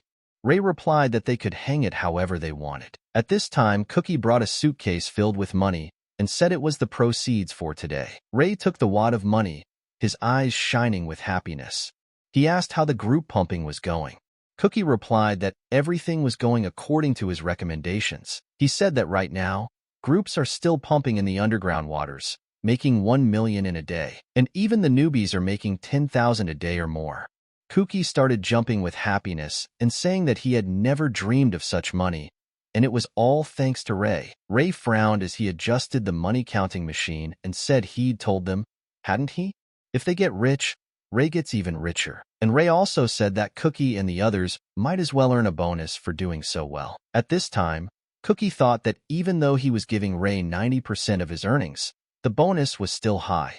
If he worked in a normal guild, he wouldn't even earn that much in a year. Ray was admiring the money, but Cookie did remind him that there were 10 days left until the end of the land challenge, and the prize money had gone from 100 million to 400 million. Ray replied that that was true, but he didn't want to be in any particular hurry. Suddenly, their dialogue was interrupted by the breaking news on the television. The reporter was telling us that the land trials were in full swing, and if nothing is done, Japan will be destroyed in 10 days. The anchors reported that the situation had not improved in 47 days. Suddenly, a letter was brought to the anchorwoman right on air. The girl read the letter and said that the Japanese government sent this. Appeal to all players. At the moment, the reward for passing the land test is 1 billion. The presenters began to discuss that it seems the government is completely desperate, hoping that there will be someone who can prevail before the end begins. Ray pondered and said that if we keep dragging this out, foreign guilds will flock to this reward. So it's time to save Japan. Ray picked up his clothes and announced that he was leaving. Kuki was surprised and asked if Ray was going alone. Ray smiled and replied that he couldn't possibly endanger his money hamsters. The employees immediately blurted out their feelings and almost cried. However, Ray created an evil aura and said, "You want what you want. He's the only one who will get the billion." Then it became clear to Cookie and everyone else what the real reason was. And it wasn't a concern for them at all, just a desire to make money. After a while, a crowd of people gathered at the huge gate, all of them eager to save the world and make money. Ray was also heading toward that gate. Herd was among that crowd, and he was just calling Ray. And turning around, Herd spotted him and greeted him, saying that Ray had come after all, and that was a very good thing. However, Ray passed and said that he had no intention of cooperating with them. Herd was confused and replied that it was a great pity, as he wanted to discuss the money issue with him. The words about money, of course, interested the guy. Herd offered him to carry the luggage, and they would pay 100 million for it. Ray wanted to see the luggage. Herd led him to a warehouse where there were a bunch of military large backpacks. He said he wanted Ray to deliver the load to his comrades. Ray was confused by such an offer, just for shipping 100 million, so he decided to see what was in those backpacks. Herd replied that there was food in there. When he opened one of the backpacks, Ray made sure there was food in there. However, he was interested in something unusual. Ray pulled out a baggie, and Herd explained that they were chocolates, their head's favorite food. Also, Herd explained that their camp is located on level 5, the deepest part of the Earth Test dungeon. But conquest is a long process, so their squad is running out of food. Ray said bluntly that it smacks of ulterior motives, since just for shipping they are willing to pay 100 million. They could have found someone else instead of waiting for him. Herd smiled and replied that he wished he could object and say that the guild was just being very generous, but Ray was right. And so Herd revealed that they had already sent 39 groups to the 5th level, but in the end the groups never made it to the end of the route. Ray asked, "What do you mean they didn't make it?" At this time he thought, is the test of the land different now than it was in the game? Herd, meanwhile, had been watching the fellow closely and had come to the conclusion that he definitely knew something. He told Ray that regarding the differences, their recon team had determined that this dungeon remained the same in structure as in the game, but none of the remaining players can reach the depths of the dungeon, and those who were able to do so are already there, waiting for supplies. Ray turned around and was about to leave, but Herd started yelling that he was the only one who could get to the guildmaster at the moment. The guy came up to the luggage and said that they were short of workers, but since he was getting paid, it was a sin to complain. Ray slung his backpack on his back and checked with Herd that if he delivered the load quickly, he could hope for a speed bonus. Herd smiled embarrassedly and promised to clarify the matter right away. Ray thought about how much he could get from this guild. Herd ended the phone call and said that he had been told that if Ray delivered the shipment within a day, he would be paid an additional 50 million. That was fine with the guy. Ray went on his way and told Herd in parting that he could do it in an hour, not a day. A little later on the 3rd level of the Earth Test, 2 people were standing in front of a huge monster, and behind their backs lay the slain. Suddenly a huge grasshopper struck, but the guy managed to stop this attack. He held back the monster's paw and held on with his last strength. The guy's body was shaking with tension. He shouted to the girl to leave immediately, but the girl could not leave him in trouble. The guy smiled and thanked her for all she had done, but told her to leave as she had to save herself. The girl started crying and screaming loudly at the guy, calling him by his name Michael. She couldn't stand the fact that he was sacrificing himself. At that time, Ray ran past them and chopped the monster into several pieces in one move. Michael scrambled off his feet and fell to the ground. He couldn't believe that he was saved. The girl began to thank Ray for saving their lives. However, Before they could blink, Ray had rushed very far away. This surprised the guys as they didn't even get to talk to their savior. Ray continued to be carried at a great speed through this dungeon. He wondered if the monsters were over. After a while, on the 5th level of the Earth test, Ray was running through a long cave and suddenly stopped. He looked at his watch and said he'd done it even faster. It's the easiest money he's ever made. Suddenly, a man appeared and marveled that someone had managed to get to level 5. He immediately assumed it was Ray. Ray confirmed his identity and asked if the man was a member of the Wings of Creation Guild. The man confirmed it, and Ray handed him the backpack. Ray said he delivered the shipment on time, and so he is waiting for his delivery payment. The man replied that the case had been assigned to him, and he had already wired the money because Hurd had assured him that Ray would handle the assignment quickly, so he hadn't waited. Ray pulled out his phone and checked his account. He had a transfer from the guild of 150 million. He thanked and said that he was always happy to cooperate. The man turned to his team and said that they had waited so long for this, and now the food had arrived. The boys immediately pounced on the backpack and started grabbing food. They called Ray their savior as they thought they were going to starve to death. Ray watched from the sidelines and told the man that their situation was The man replied with sadness in his eyes that it was. He said that they had lost many in the conquest. Suddenly, scouts came running up and shouted that monsters were coming and that they had to run away. The man said they wouldn't get them here and should calm down. But he noticed that the scouts were very tired and asked what had happened to them. Suddenly, there was a very loud sound that made them all cover their ears, and after that a huge ball of dust appeared. A huge number of dragonflies, with sharp noses burning red eyes, flew towards them. Ray immediately realized that it was a swarm. However, strong streams of fire came from somewhere. The guy was surprised by it. Tsukino was already standing behind him with sword in hand, and with her fire attack she was destroying the monsters that were flying towards her team. Ray looked at her closely and realized that she was using the secret technique of a special elementalist class flame of destruction.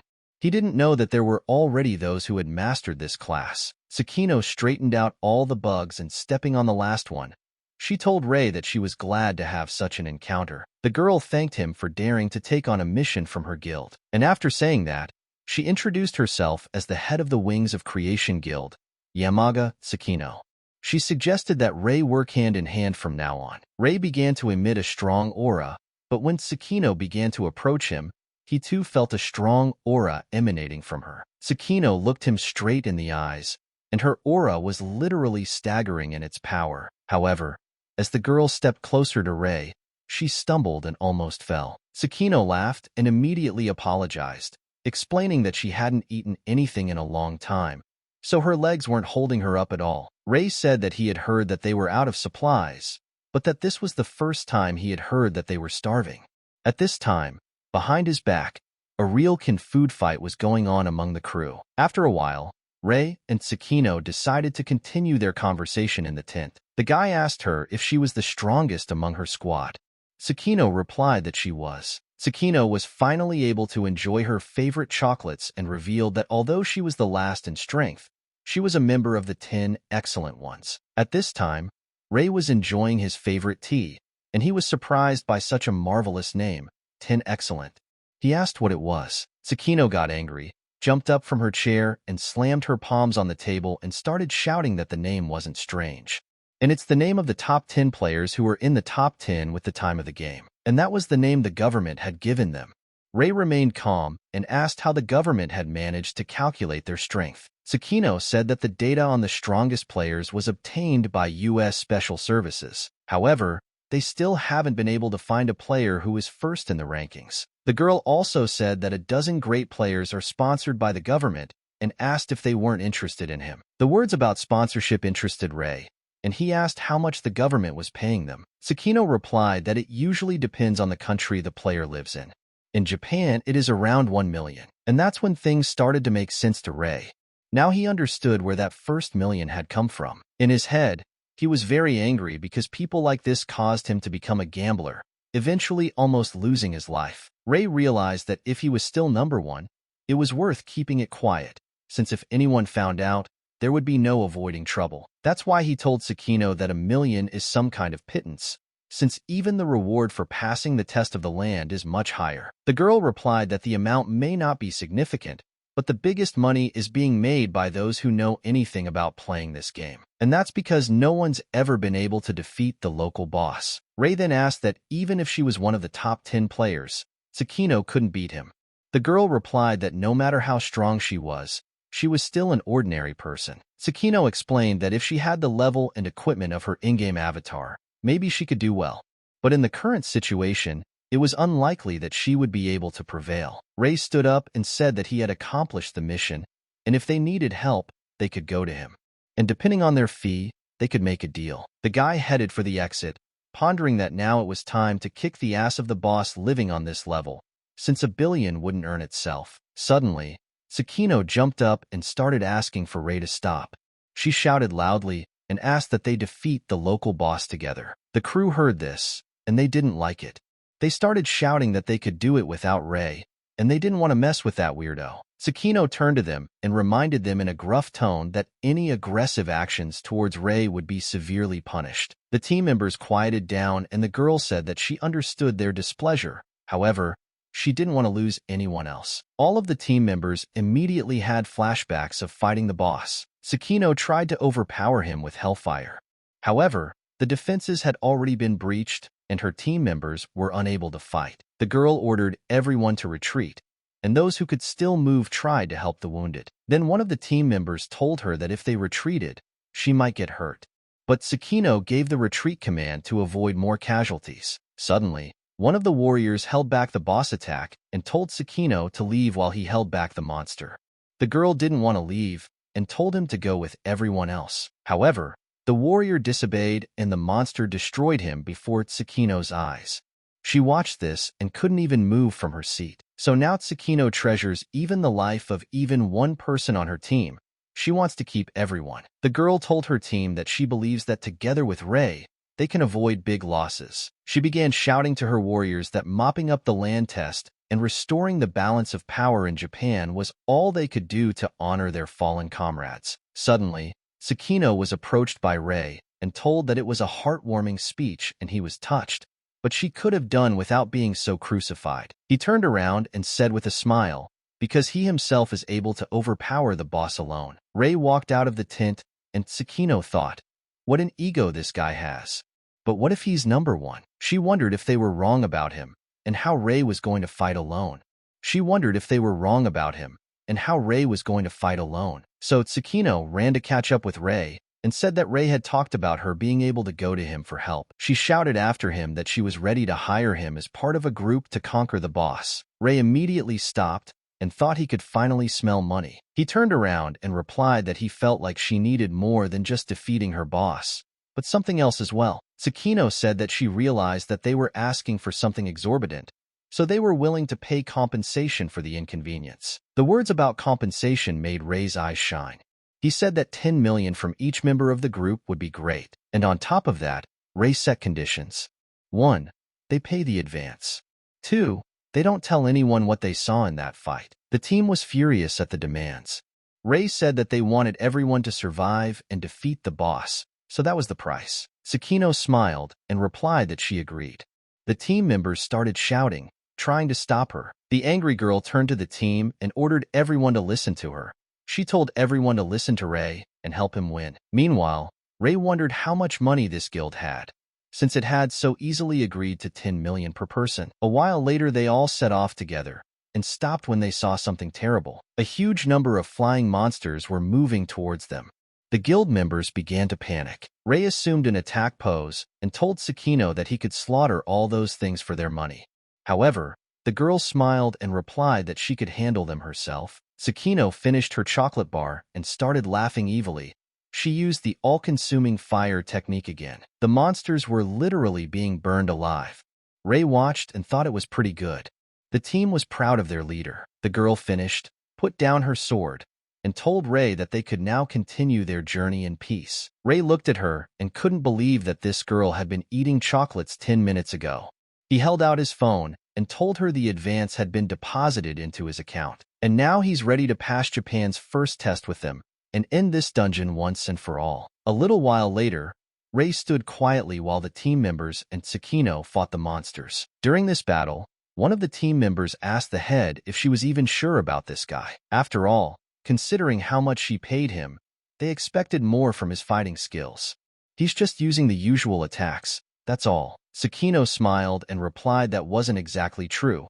She told the man to look at the monsters Rei had killed. There were no visible injuries on them. However, they were definitely lying dead. Tsukino argued that this was what proved his skillful skills. She noticed that Rei didn't even try to dodge, and his punches weren't exactly original. The only thing that was interesting to her was what Rei would show Rei in the room of the boss himself. The team arrived at the 5th level before the entrance to the boss room. Rei noticed how the team members shuddered at the mere sight of this entrance. They clearly had bad memories of this place. Tsukino stepped forward and encouraged her warriors, saying that they must avenge their fallen comrades. She told them to use the most powerful blows they possessed as soon as the door opened. The gate opened. Tsukino raised her sword up and ordered the team to advance. They rushed in with a shout. The huge spider was in the middle of the room, surrounded by its web. The team approached him closely, Rei keeping to the side. The monster opened its eyes, and the system informed them that the boss of the 5th level of the Earth test, the cinnabar spider, was in front of them. Tsukino immediately used Hellfire to incinerate the monster. The rest of the team used Fire Fist and Phoenix Fury. Due to so many fire blows, an explosion occurred, engulfing the monster in flames. The team looked at this explosion and began to rejoice that they were able to defeat the monster. However, Rei said that wasn't true. The monster was still alive. And in that very second, the spider struck so hard, forming a flash and throwing all the team members in different directions. The monster's web shone with a bright blue color, and having received so many attacks, there wasn't a single scratch on it. Tsukino didn't understand how this was possible. She was sure that insect-like monsters were weak to fire damage. Rei replied that she was right, but the power of their blows was so small that they were incapable of damaging him. At that moment, the spider started shooting a huge amount of web directly at Tsukino. The girl managed to dodge the attack. She landed on one knee and warned her team to beware of the web, for if they got caught in its web, it would be very difficult to get out. Rei was standing behind the backs of the 2 guild members at this time and noticed the cobwebs flying in their direction. He immediately grabbed them and flew off with them, dodging the monster's attack. Rei then dragged them away from the spider and threw them on the ground. The guy smiled and apologized to Rei for having to cover them. Rei looked at him and replied that he shouldn't apologize because if they died his reward would decrease. That's why he was saving their asses. And Rei also added that they can keep getting screwed over, and then for each such prank they will have to pay another 1 million on top for each one. Rei realized that he could keep dragging out the fight, making another million each on their stupidity, but their guild was tied directly to the government. And if he continued to act like this, he could get himself into trouble in the future. Rei stood at the top and decided to apply the Eye of the Soul. He glanced at Tsukino, and the condition of receiving her soul fragment surprised him. The condition was to make the bearer experience the greatest surprise of his life. However, Rei decided it was worth the risk. He immediately took his dagger in his hand and flew straight at the spider. With one strike of his dagger, Rei was able to cut off one leg of the monster. The spider immediately turned its attention to him and directed its attacks at Rei. The monster swung its huge paw and was about to strike. The spider released so much webbing that there was a light explosion. Tsukino covered her face with her hand due to the large amount of dust along with the cobwebs and started screaming and calling for Rei. The girl was very frightened and thought that everything was of course and their last hope was dead. However, Tsukino heard Rei turn to the spider and ask him if he really tried to kill it with such force. The girl got very excited. Rei managed to stop the attack of the huge spider with just one hand. The system notified that he was using the Spirit Power skill. The required item to activate the skill was any Ranky Soul Fragment. The team members couldn't believe their eyes that Rei had survived and was blocking the boss one-handed attack. Rei grabbed the monster by its paw and began spinning it around at breakneck speed. And then with an incredible force, he threw the monster back a few meters, forming a rut. The guy immediately approached the monster, and after examining it, said that the weak point of this spider was its abdomen. Rei stabbed his dagger with great force and released a strong energy that flowed through that monster's entire body. The team members began to cheer and shout that Rei had defeated the monster. However, the guy asked why they thought that, since the fight was just beginning. And suddenly, at the same moment, a huge amount of red liquid began to come out of the spider's wound. The guild members assumed battle stances and began to shout that this monster had changed its appearance. The spider's wounds healed, its paws turned red, and the monster's aura became much stronger and brighter. The guild members watched the spider rise to its feet. They couldn't understand why it didn't die.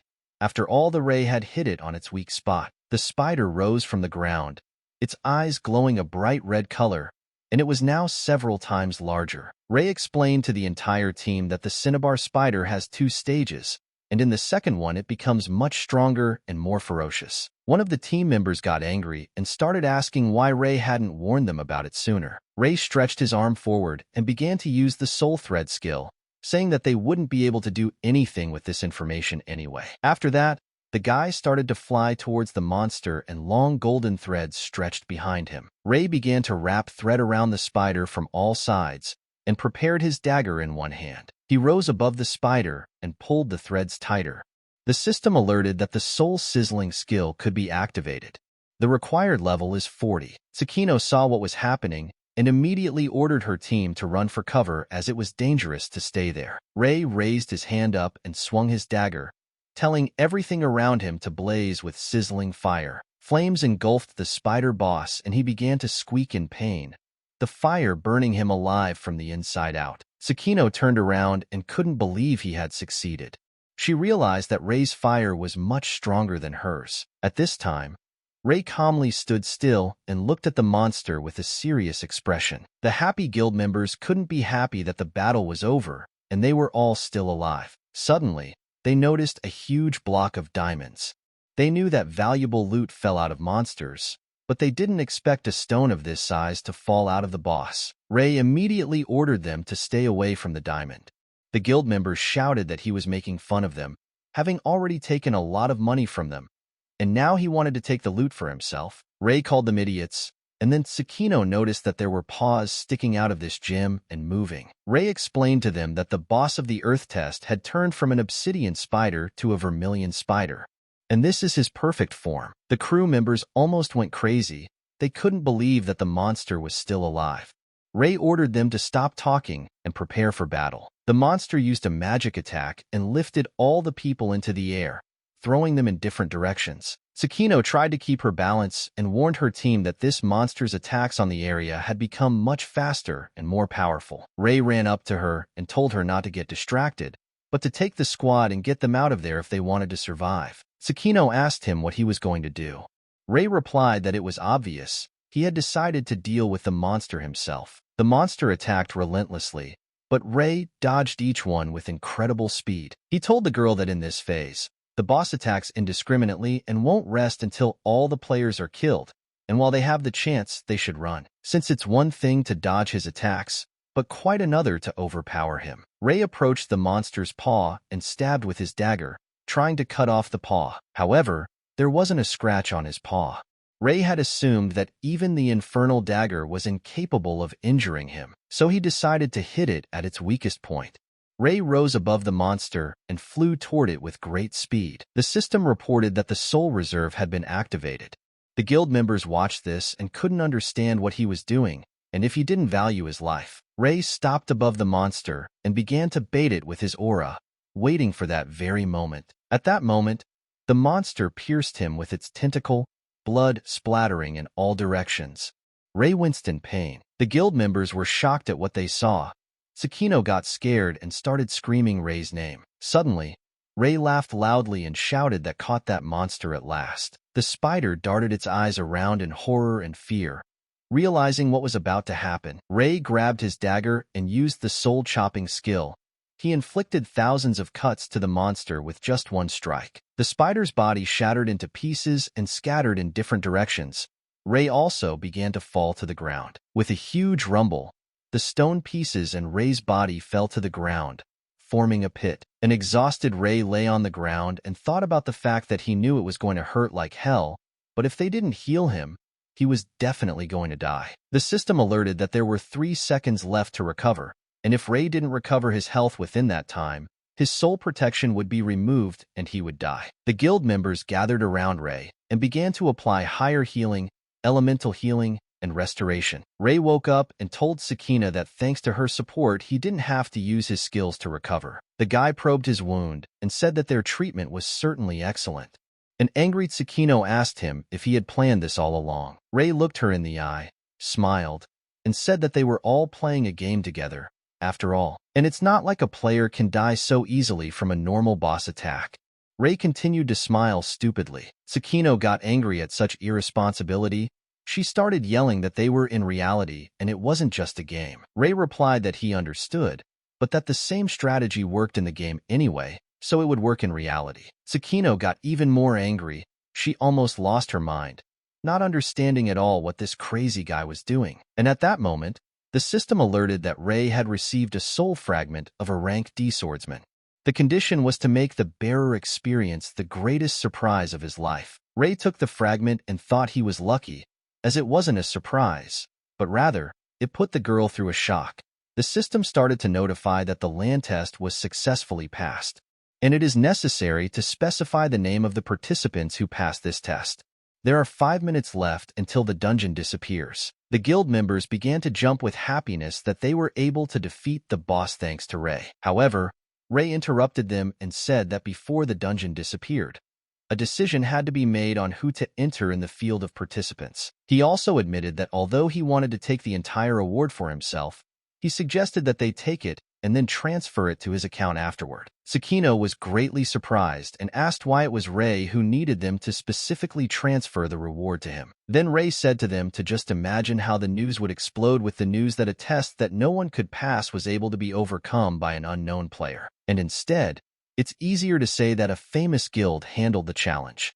Then the guild will get glory and honor, and the rewards for the next trials will be hung up as well. In fact, Ray realized that if everyone found out he was involved, he wouldn't be able to make money so easily anymore. Sakina asked him if he was just worried about money, and as the head of the guild, she can't refuse something like that. But as a human being, she feels like she's appropriating someone else's credit. Ray replied that she wasn't appropriating anything for herself, and she could consider hiring him to subdue the boss for 1 billion. Sakina agreed, and they agreed that they would announce that it was the Wings of Creation Guild that had passed the test. The system alerted that the record of the participants had been successfully saved. Ray could only hope that no one in the room would reveal his involvement in the test. After all, it's comparable to accusing your own guild of stealing laurels from a poor newbie. The ground test was successfully passed. However, a short time later, a media helicopter flew over the burning forest. The girl correspondent reported through the device that the earthquake has been going on since the morning, and the epicenter was identified underground. The atmosphere was heated. The girl reported that the dungeon was being destroyed, and very soon the players would be teleported to the surface. At this time, rocks were falling on the players in the dungeon. To them, they tried to be extremely careful as everything around them collapsed. A magic circle appeared above them, attracting all the players like a magnet, pulling them to the surface. The system notified that the test had passed, and everyone was being teleported. All the guys were extremely relieved and happy to be heading towards the circle to get out of the dungeon sooner. Finally, the players got outside. They started jumping with happiness and rejoicing in the sunlight. They were able to breathe in the fresh air. Ray also breathed a sigh of relief, and at that moment, a huge monument appeared from the dungeon. Sakina took one look at that and said happily that they really were able to pull off such a difficult task. On this huge monument was an engraving that the test of the land had been passed by a group of heroes from the Wings of Creation Guild. The reporters and correspondents started running towards the guild like mad. It was a big sensation that the test had been passed. They couldn't wait to talk to these heroes. The reporters surrounded the guild members on all sides and shouted that here was this very group that had participated in the conquest. Sakina looked at what was going on and said that journalists don't even sleep. After that, she turned around. She turned to Ray, asking if he was sure about their arrangement. However, Ray was no longer there, and no one had seen where he had disappeared to. Suddenly, one of the team members handed the girl a note and said that Ray had passed this on for her. Sakina read the note, which said that if they had any problems and money on hand, they could contact Ray and he would solve any issue. At this time, journalists kept me busy with their questions. They wondered if Japan was safe now. Who struck the final blow? who managed to defeat the boss. One of the guys started to get aggressive and yelled for the reporters to get off their backs. However, Tsukino asked him to calm down and told him that she would handle it. Tsukino stepped forward and made an announcement to the citizens of Japan. She proudly announced the happy news. The members of the Wings of Creation Guild were able to pass the test of the land. However, Tsukino continued her speech and said that this merit did not belong to their guild alone. Namely, that conquering the dungeon was only possible through the combined effort of all the players. At that time, Cookie pulled up and told Ray that his car was served. Ray smiled and replied that they were right on time. Tsukino continued her speech, saying that she takes this opportunity to thank all those players who weren't afraid of the dungeon and risked their lives. The reporters were very moved by such a speech. They admired Tsukino's modesty and said that this was how the head of the Wings of Creation Guild was. Ray, meanwhile, was riding in the car and thinking about the fact that Tsukino got what she wanted. And he didn't care about popularity. Ray's main concern was that the money would end up in his hands. Too much attention would cause more trouble than good. Ray's insidious thoughts were that Tsukino was the perfect candidate for his face that he could use to cover himself when necessary. After his musings, Ray said he was hungry and asked that Cookie stop somewhere. Meanwhile, breaking news was being broadcast on all channels.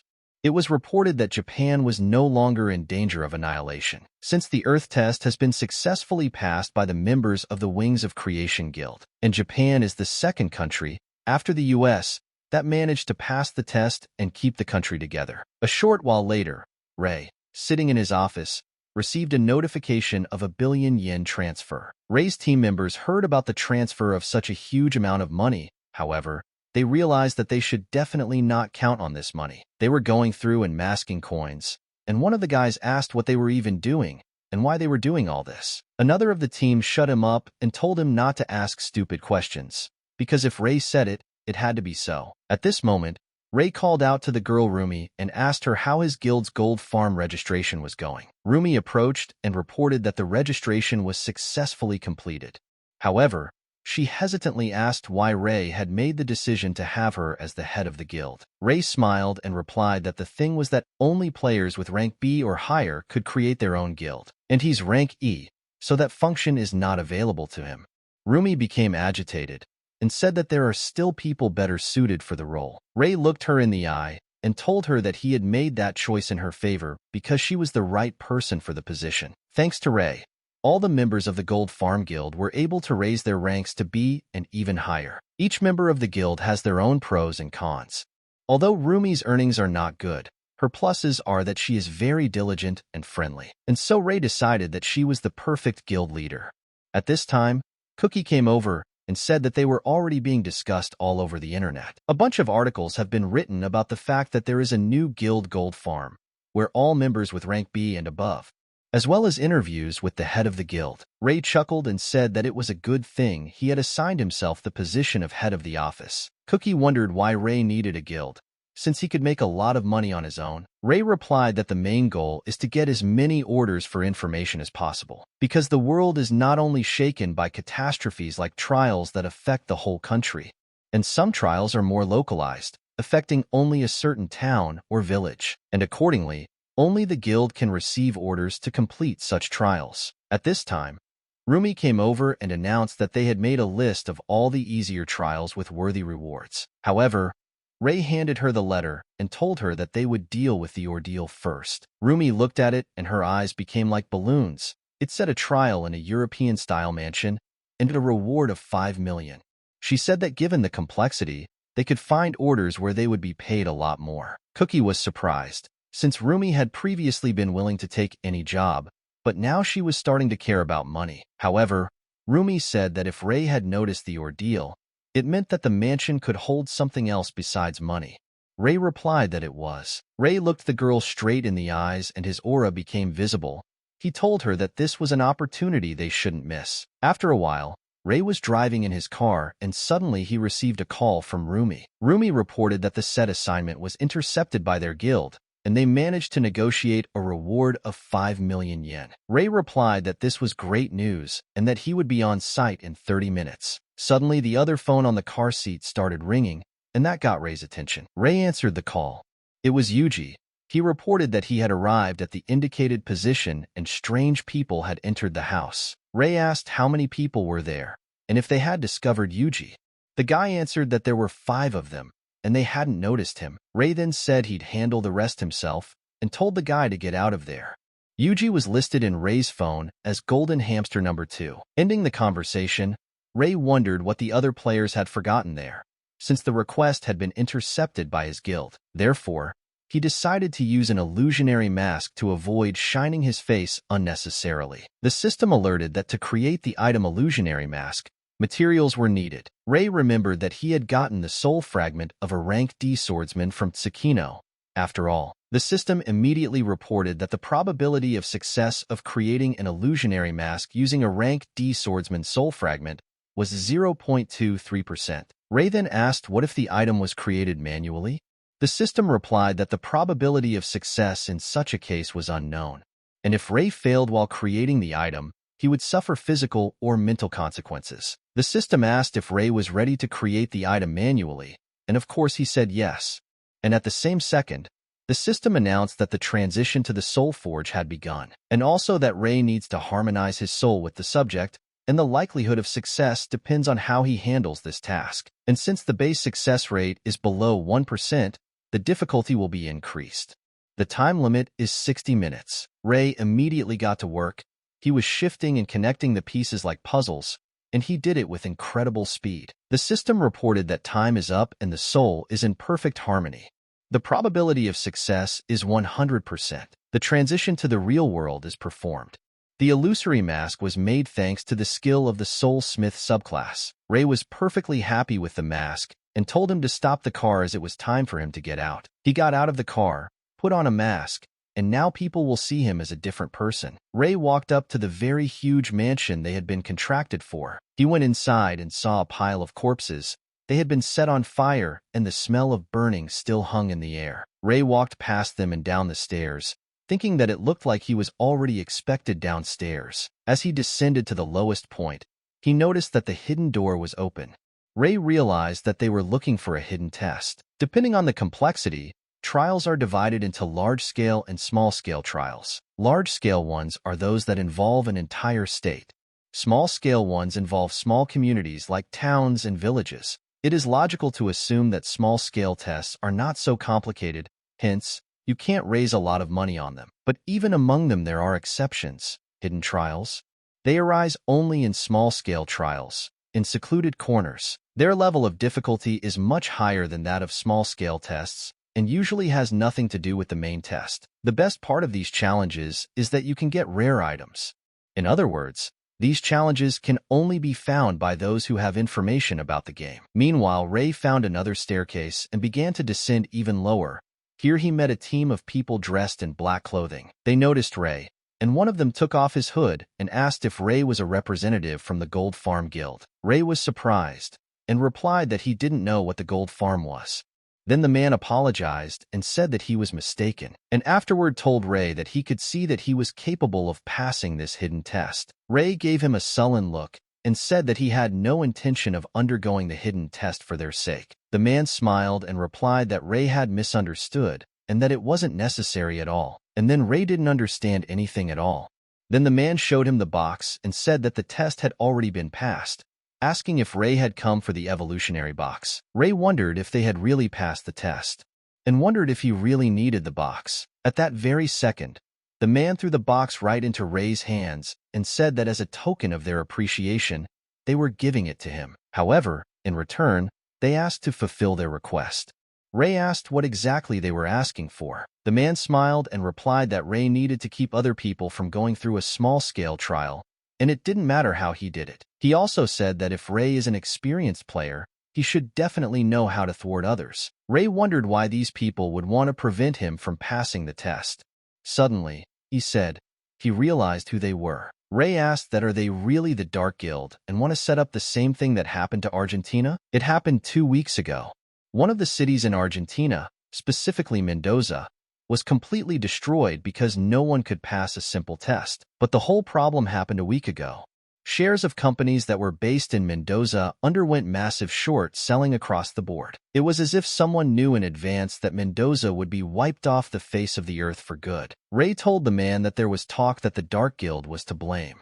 He asked if they'd had enough of Argentina, and now they were going after Japan. And then the man told Ray that he could continue to fantasize about the reasons for their proposal, but asked him to answer whether Ray agreed or not. Ray looked him in the eye and replied that he was declining, no matter how tempting their offer sounded. And if it were to choose which one of them would destroy the city, it would be far more profitable for Ray to do it himself than to serve someone else. Then the man replied that it was a great pity and held out his hand and demanded the box back. Also, Ray would have to pay a small percentage for the time he held that box in his hands.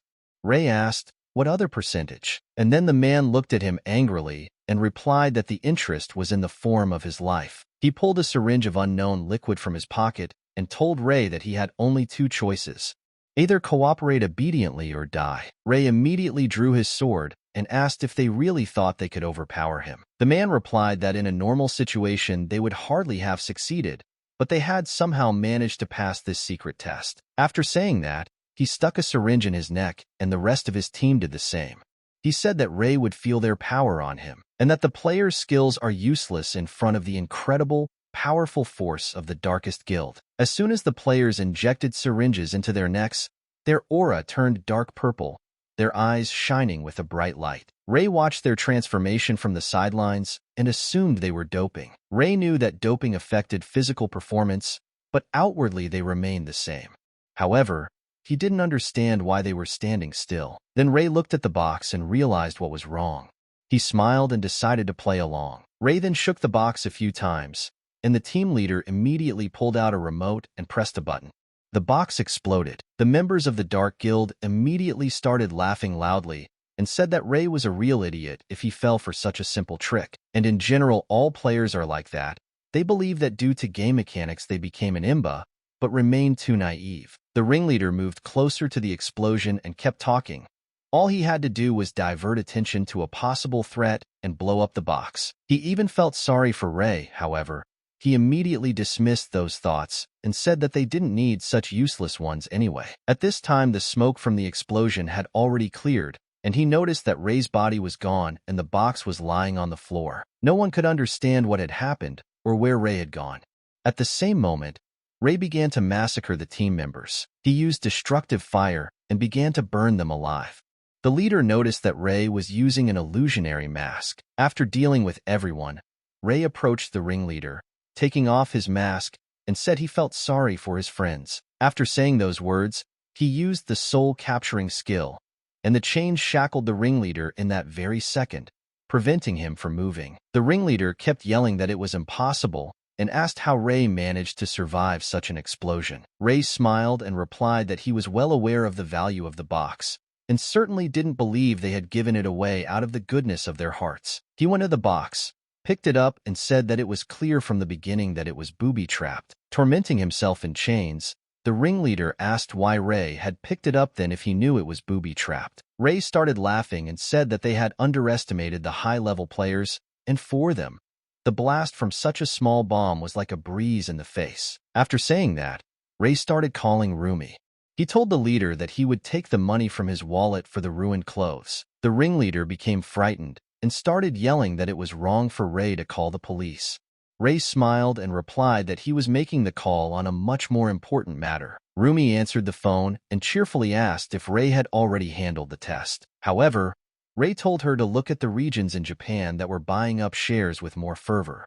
After all, it was possible that the Dark Guild was doing the same thing to their country as they were doing to Argentina. Rumi immediately set to work, and Ray said that they must not let the tragedy repeat itself. The ringleader at this time started laughing loudly and told Ray that he was a straight-up hero of justice. Ray smiled and replied that he was talking nonsense.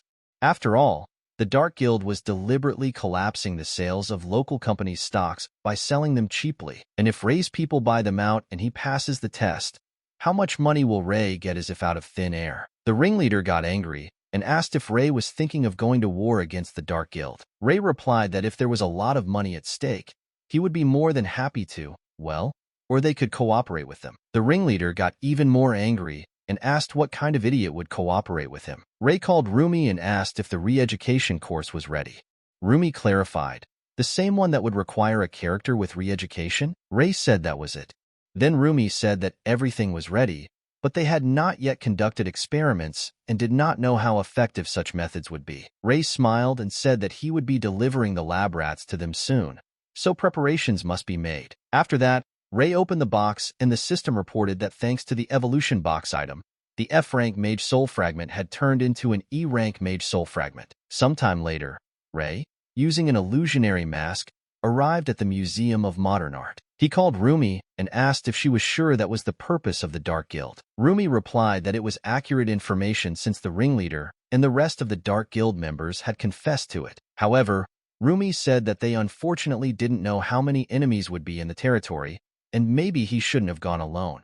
Ray replied that he would figure it out. Ray went inside and ordered that Rumi continue to monitor the stock and let him know if anything happened. A crowd of people had gathered outside the museum, and in the very center, Ray spotted a guy named Takashi. He was putting an ad on the internet saying he was looking for a group to conquer. No rewards implied. They had to protect the city together. Takashi shouted that if anyone is interested in participating in the trial, they are free to join. He is the leader of an association for the protection of humanity. Ray noticed that there were quite a few people gathered, over 100 for sure. Takashi continued to speak his moving speech. It was hard for him to convey his feelings of admiration and pride at how many people had come to defend the city. He thanked each and every one of them. Ray was among the crowd and couldn't believe that so many people had gone to such an ordeal without reward. He assumed that a spy could easily have been in the crowd. Ray wondered if he should find the spy before going inside. He'd already applied the soul eye. But there, Takashi started shouting that it was time to start the trial. He told everyone not to be afraid and to call for help if they encountered a strong enemy, as the association staff would help everyone. Ray was surprised that they had absolutely no strategy and this Takashi was talking such nonsense. However, Ray thought it was only to his advantage. In fact, Ray had already guessed exactly who the spy would turn out to be, but he hadn't yet figured out how to deal with them in the end. Of the 107 players who took part in the challenge, all 106 participants turned out to be spies from the Dark Guild, with the exception of one Ray. Takashi was actively escorting everyone inside the museum, reminding them of caution and safety. All the players went inside. Ray looked around and thought he looked very expensive. At that same moment, Ray noticed that all the players began to surround him from different directions, holding spray cans in their hands. And suddenly, all the players simultaneously started releasing gas and canisters directly at Ray, forming a huge explosion. Ray knew about this trap from the beginning, so he managed to fly upwards above the focus of the explosion. And right after that, Ray descended to the ground, killing everyone who had organized that explosion. There was no chance for them to escape. Having disposed of all of them, Ray said that they were very docile and fearless dogs, blindly raring to fight, not caring about the superiority of their opponent. At the same second Takashi burst into the hall, he ran frantically and screamed, not realizing what had happened. Ray replied that all these people suddenly attacked him, and he had to calm them down. Takashi said it was some kind of horror and misunderstanding. He asked how Ray was feeling and if he was hurt, and immediately after he said that, he drew his dagger and prepared to strike. Ray instantly grabbed that knife with 2 fingers. Takashi couldn't move and didn't understand what kind of strength Ray had. Meanwhile, Ray threw him back a couple meters and told him that his weapon wasn't even a game item, and Takashi wouldn't hurt any player with it. At that moment, the rest of the surviving comrades ran up to Takashi. Ray looked at them and said that this farce was unnecessary since he knew they were all affiliated with the Dark Guild. Takashi smiled evilly and replied that since Ray knew everything, it was even easier. The other players heard this and asked Takashi, "What other Dark Guild is there? And didn't the order for this trial come from an environmental protection group?" Takashi started laughing and replied that that was correct. And the Environmental Protection Group is a business partner of the Dark Guild. Takashi spread his hands and suggested that everyone just discuss things quietly. He then looked into Ray's eyes and said that their priority was not to kill him, but to protect this place, and he would hate to become enemies. And also if Ray agrees to cooperate, Takashi will arrange for him to be paid an allowance of 50K, maybe 100K. When the players heard this, They started shouting with discontent that he was offered 100,000, and they were only offered 30,000. And some of them heard about any fee for the first time at all. It made sense to Ray now, and in the past he would have likely fallen for such a scam too. But this time he has to decline. Takashi was surprised that Ray turned him down and said it was a shame, since now he would have to finish him off. Takashi turned to the players and said that he had a special offer. Only now, whoever kills Ray will get 100,000 on top. The players started running towards Ray at that very second, saying that they would destroy him. However, once they got as close to Ray as possible, he effortlessly used a technique and disarmed them. Upon seeing this, Takashi lashed out at Ray, saying that he was the former head of the judo club and Ray couldn't beat him. Ray turned around and disarmed the daredevil with one knee strike. Takashi slumped to the floor. Ray immediately applied the soul-capturing skill, binding him with chains. Takashi couldn't move and screamed in pain. Ray turned around and noticed two players hiding. They began to beg Ray not to kill them. Ray figured they might know something about the Dark Guild, and it would be foolish not to take advantage of it. So he told them that he would not kill them if they cooperated. Ray called Rumi and told her that he had great news. They would now have 100 new co-guild mates. Rumi was surprised and asked that they now had to undergo re-education too. She warned that few of the 100 would be able to endure it. Ray replied that they were just ordinary rookies, and there was no need to re-educate them. But one head of the Association for the Protection of Humanity definitely needed their courses. And suddenly at that moment, a sword shining with a dark purple aura flew at Ray. However, Ray noticed the attack in time and managed to fly up and dodge such a powerful blow. After that, Ray landed, smiled, and looked at the balcony, saying that he was finally out. A stranger with a mask on his face stood on the balcony and asked how long ago Ray had noticed him. Ray replied that he had noticed from the moment he arrived. After all the players who had come were just extras, and Ray also said that the stranger really stood out among these weaklings. And no matter how hard he tried to hide his powers, everyone else just paled in comparison. The stranger wondered how Ray was able to spot him so easily.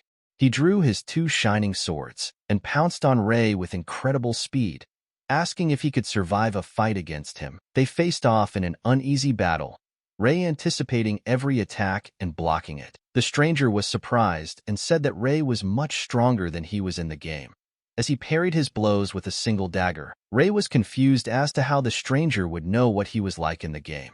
So he slashed his mask with a single swipe of his dagger. The mask fell off the stranger's face and Ray recognized the man. He never thought he'd meet someone he'd spent time with in the game before the crash. Ray called him by his first name, Yudo, and said he was glad to meet him. Yudo replied that he was sorry it had happened under these circumstances, since he would have to cut off Ray's life anyway.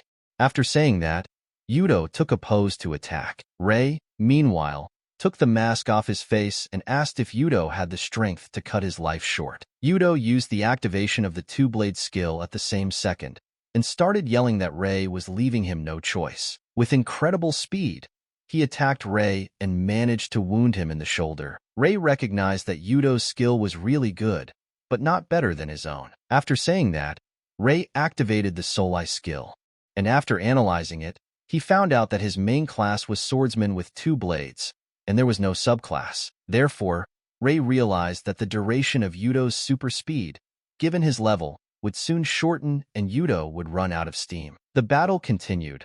Ray caught his opponent's momentum and delivered one powerful blow that sent Yudo crashing to the ground, forming a hole underneath him. Afterward, Ray came down to him and told him that Yuto was strong, but his weapons weren't, and he wouldn't cut his life short with those swords. Ray then used the soul-capturing skill again and stilled Yudo in chains. Yudo tried to break free and couldn't understand what was going on. After all, for the soul-capturing skill to work, they must have a difference in levels. Ray smiled and replied that he was absolutely right, and they had a colossal difference in levels. However, afterward, Ray said that Yuto was one of the best players he knew, and so he offered him to join him, as he would make millions with him, and the Dark Guild was not capable of that. Yuto replied that he couldn't. Ray was surprised and asked why that was so. Yuto replied that he couldn't tell. Then Ray said he should tighten his chains. Yudo screamed in pain from hell that he couldn't tell, and if he did, he'd have to tell. Ray told him to keep quiet and keep talking, but Yudo didn't give up. Then Ray asked him where Hisashi was right now. Yuto almost cried at that moment. At one time, the game discouraged potential players with its complexity. It was not easy for casuals to survive, especially when it came to dungeons. So in this game, it was important to have strong comrades who shared the same outlook on the game. Yuto and his younger brother, Hisashi, were such companions. The bosses that Ray could easily kill alone. The three of them chopped them down. But when their level difference became too different, they stopped playing together. But Ray kept his contacts in the game. The guys cooled down and sat down to talk quietly. Yuto said that he hadn't expected to meet Ray under these circumstances. Ray asked where Hisashi was being held after all. Yuto lowered his head and said that he didn't know, and that he wasn't even allowed to see him. Suddenly, Yuto fell to his knees and began to beg for Ray to find out where they were keeping him. Since Ray has the Soulsmith subclass, and he's capable of doing it, Ray sighed and replied that he had that skill, but no longer in the game, but in the real world. He then stood up, walked over to a large expensive painting, and continued his speech that now only money motivated him to work. Ray then turned to Yuto, held out his hand, and said that he would have to empty the entire contents out of his wallet. Yuto was as shocked as possible. He put his head down and cried, begging for Ray to save his brother. Ray then asked if he had his brother's personal items with him. Yuto pulled out Hisashi's cap and gave it to Ray. Ray applied the soul search skill and designated Hisashi as the target. The system immediately reported that the target was not detected because the target was already dead. Hearing this, Yuto almost went crazy. He fell to the floor and started screaming that it was impossible. The system also reported that the target killer was Raven. Yuto clenched his hand into a fist and said that he would kill the creep. Ray asked if he knew the man. Yuto replied that he was the one who had taken his brother hostage and forced Yuto to work for the Dark Guild. Yuto's aura glowed with a dark color. He became extremely angry and started shouting that he would kill this animal with his own hands. Afterward, he fell to his knees in front of Ray and promised that he would make as much money as Ray wanted, just so he could help avenge his brother. Ray said that he too was hurt by the news of Hisashi's passing, as he too was like a little brother to him. Yuto looked at him with eyes full of tears and said that then they could go for revenge together. However, Ray passed him by and replied that he didn't have time for that, as money wouldn't make itself. Yuto asked for him to stop, and at that moment, Ray got messages on his phone from Tsukino. She asked if Ray had really fought the Dark Guild at the museum, and how he had even agreed to such a thing. Ray was greatly surprised by such messages and couldn't understand where Tsukino was getting his information about him from. He texted her that it was his personal initiative and asked if there was an order for him. Tsukino replied that the government was looking for people to destroy the Dark Guild's base. The reward is 1 billion yen. Ray was surprised that they were offering 1 billion for a routine elimination, so he asked how she knew about it. Tsukino replied that the government had personally requested the help of the Wings of Creation Guild, so Ray needed to keep the information regarding this mission secret. Ray then asked why she was sharing this information with him if it was a secret. Tsukino got angry and wrote that he wasn't a stranger to her. And Tsukino also said that there were rumors that the guild headquarters held assets worth over 10 billion yen. And if the order could be fulfilled, the government would keep quiet that there was something there. Ray turned to Yuto at the same second and asked if he was aware that Raven might be at the Dark Guild headquarters right now. Yuto was surprised and replied that of course, since Raven was the head of the Japanese branch of the Dark Guild, and it was unlikely that he had ever left his abode. Ray smiled widely and replied that there was a change of plans and he would help Yuto avenge his brother. And at that very second, Ray sent a message to Tsukino that the Gold Farm Guild would take this order. And so after some time, Ray, along with Yuto, set out to find the headquarters of the Dark Guild. Suddenly Ray received a message from Tsukino. She wrote that the local police had found the Dark Guild's base, and they were on their way. Ray asked her if their base was on the 12th floor. Tsukino was surprised and asked where Ray got that information from, since they had just gotten that information from the government. Ray wrote that he was personally investigating the Dark Guild, and now he's headed there. In that case, Tsukino asked that Ray help the police since he was already going there, because if the Dark Guild fought back, the police wouldn't be able to handle it. Ray immediately asked what the price was. Tsukino offered 1 million per person for the safety of the Dark Guild members, and also for the safety of the police officers, 1 million per person. Tsukino also promised to discuss these terms with the government, but if refused, the Guild of the Wings of Creation would take payment.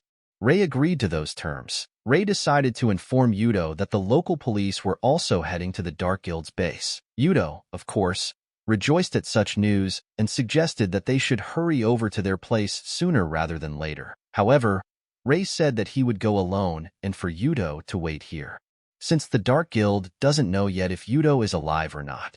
Therefore, Ray decided to hide this fact from them and take them by surprise. Yudo realized the seriousness of this operation and agreed, promising that he would be waiting on the spot. As an admonishment, Yudo asked that Ray be careful because if the police found them, the guild could set traps all over the building. Ray replied that he would keep that in mind. After a while, Ray approached the building where the base was located. However, the building was completely sealed off and no one was allowed to enter. However, that didn't stop Ray. He lifted the tape and wanted to climb over, but a man stopped him and said that due to a gas leak, the passage to the building was temporarily sealed. Ray replied that the Guild of the Wings of Creation had personally asked him to join in the capture of the target, and asked if he had the wrong address. The man immediately apologized for his rudeness and led Ray in the right direction. He led Ray to a room where negotiations between serious men in business suits were actively taking place, and said that a player from the Wings of Creation Guild had arrived. One of the men immediately became aggressive and yelled that no backup was requested. He also looked Ray upside down and said that the slob wouldn't be any use anyway, and they'd handle it themselves. He then turned his back to Ray, and turning around said that he was connected to the people at the top, so his orders were absolute, and that Ray dare not interfere. The man led a whole squad of police officers and gave them orders for them all to go forward. Ray watched from the sidelines and told one of the attendees that this was a bad idea. A few seconds later, there was an explosion on the top floor. Debris started falling on them, and Ray said he had warned them. So Ray had to take matters into his own hands. He used the soul thread skill and blocked their floor so that the debris wouldn't collapse and the fire wouldn't continue. The man's eyes stopped in front of his eyes at the debris that was flying at him. He couldn't believe they were saved. Ray then looked around the area and decided it was worth it to save the very male fool and the police officers. He flew in their direction. Ray landed and found the police officers lying motionless on the floor. He thought he was too late. At that moment, Ray heard the man coughing and realized that he could still help them. Ray looked at him and said that one man's life was worth 1,000,000 yen, and it would be a waste if he died here. After saying that, Ray wrapped a golden thread around all the police officers and began to pull them out of there, lowering them to the ground. Ray did his thing and said that there was nothing more to do here and he had to go. The people around him thanked him and couldn't understand who this player was. After a while, Ray came to Yudo and said that he was done with all the chores. Yudo was eating ice cream and said that he had somehow gotten through it quickly. Yudo also handed Ray his favorite tea and asked how it went.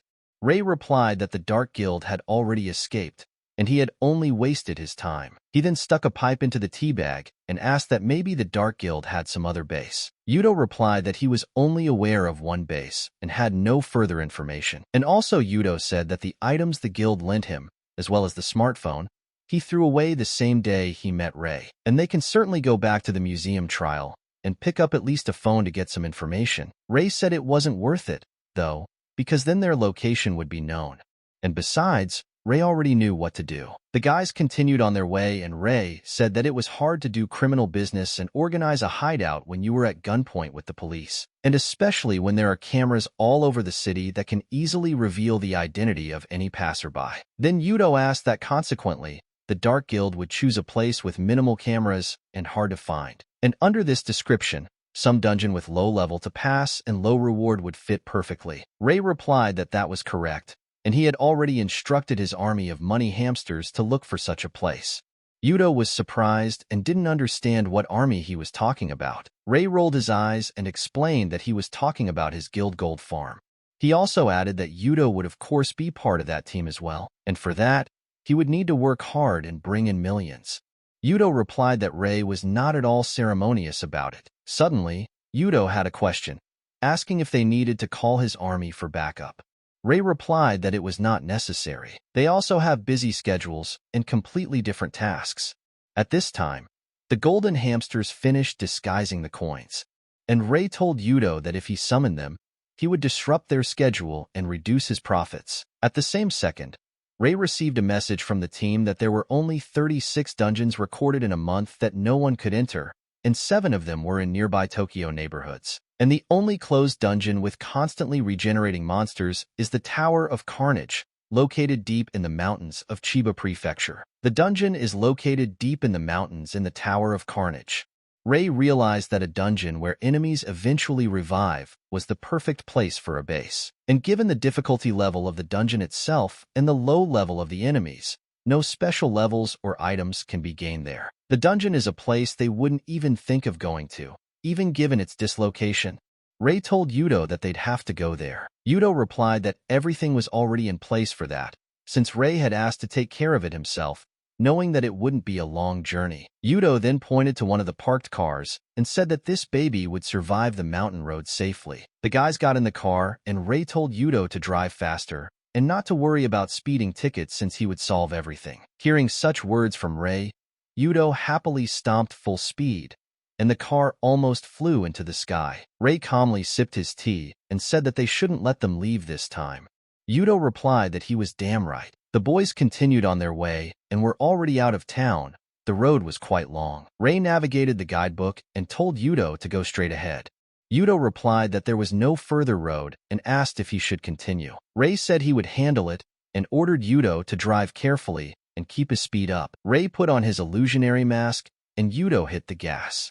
The car soared over the cliff. Then the car landed on a rocky road, and such a jolt made Ray's tea fall out of his hands, and Yuto was having fun with such adrenaline. Ray used his skill and formed a defense around the car.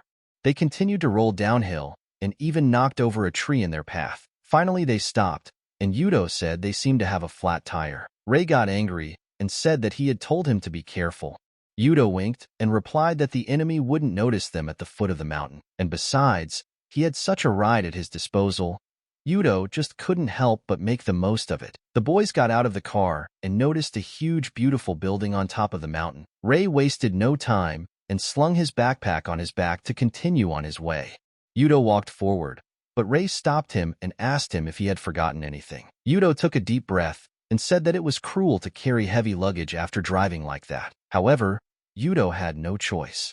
Ray said that the backpacks contained weapons, since the two of them were going up against an entire organization, and they needed to have an arsenal with them. The boys climbed up the rocky mountain, and after a while the system reported that they had arrived at the Tower of Carnage. Ray, along with Yuto, hid behind the trees to assess the situation at the tower gate. They noticed that there were 5 armed guards at the gate, but they did not exclude the possibility that there were others nearby. The guards were smoking cigars and discussing that it would be a good idea if a woman were brought to them now.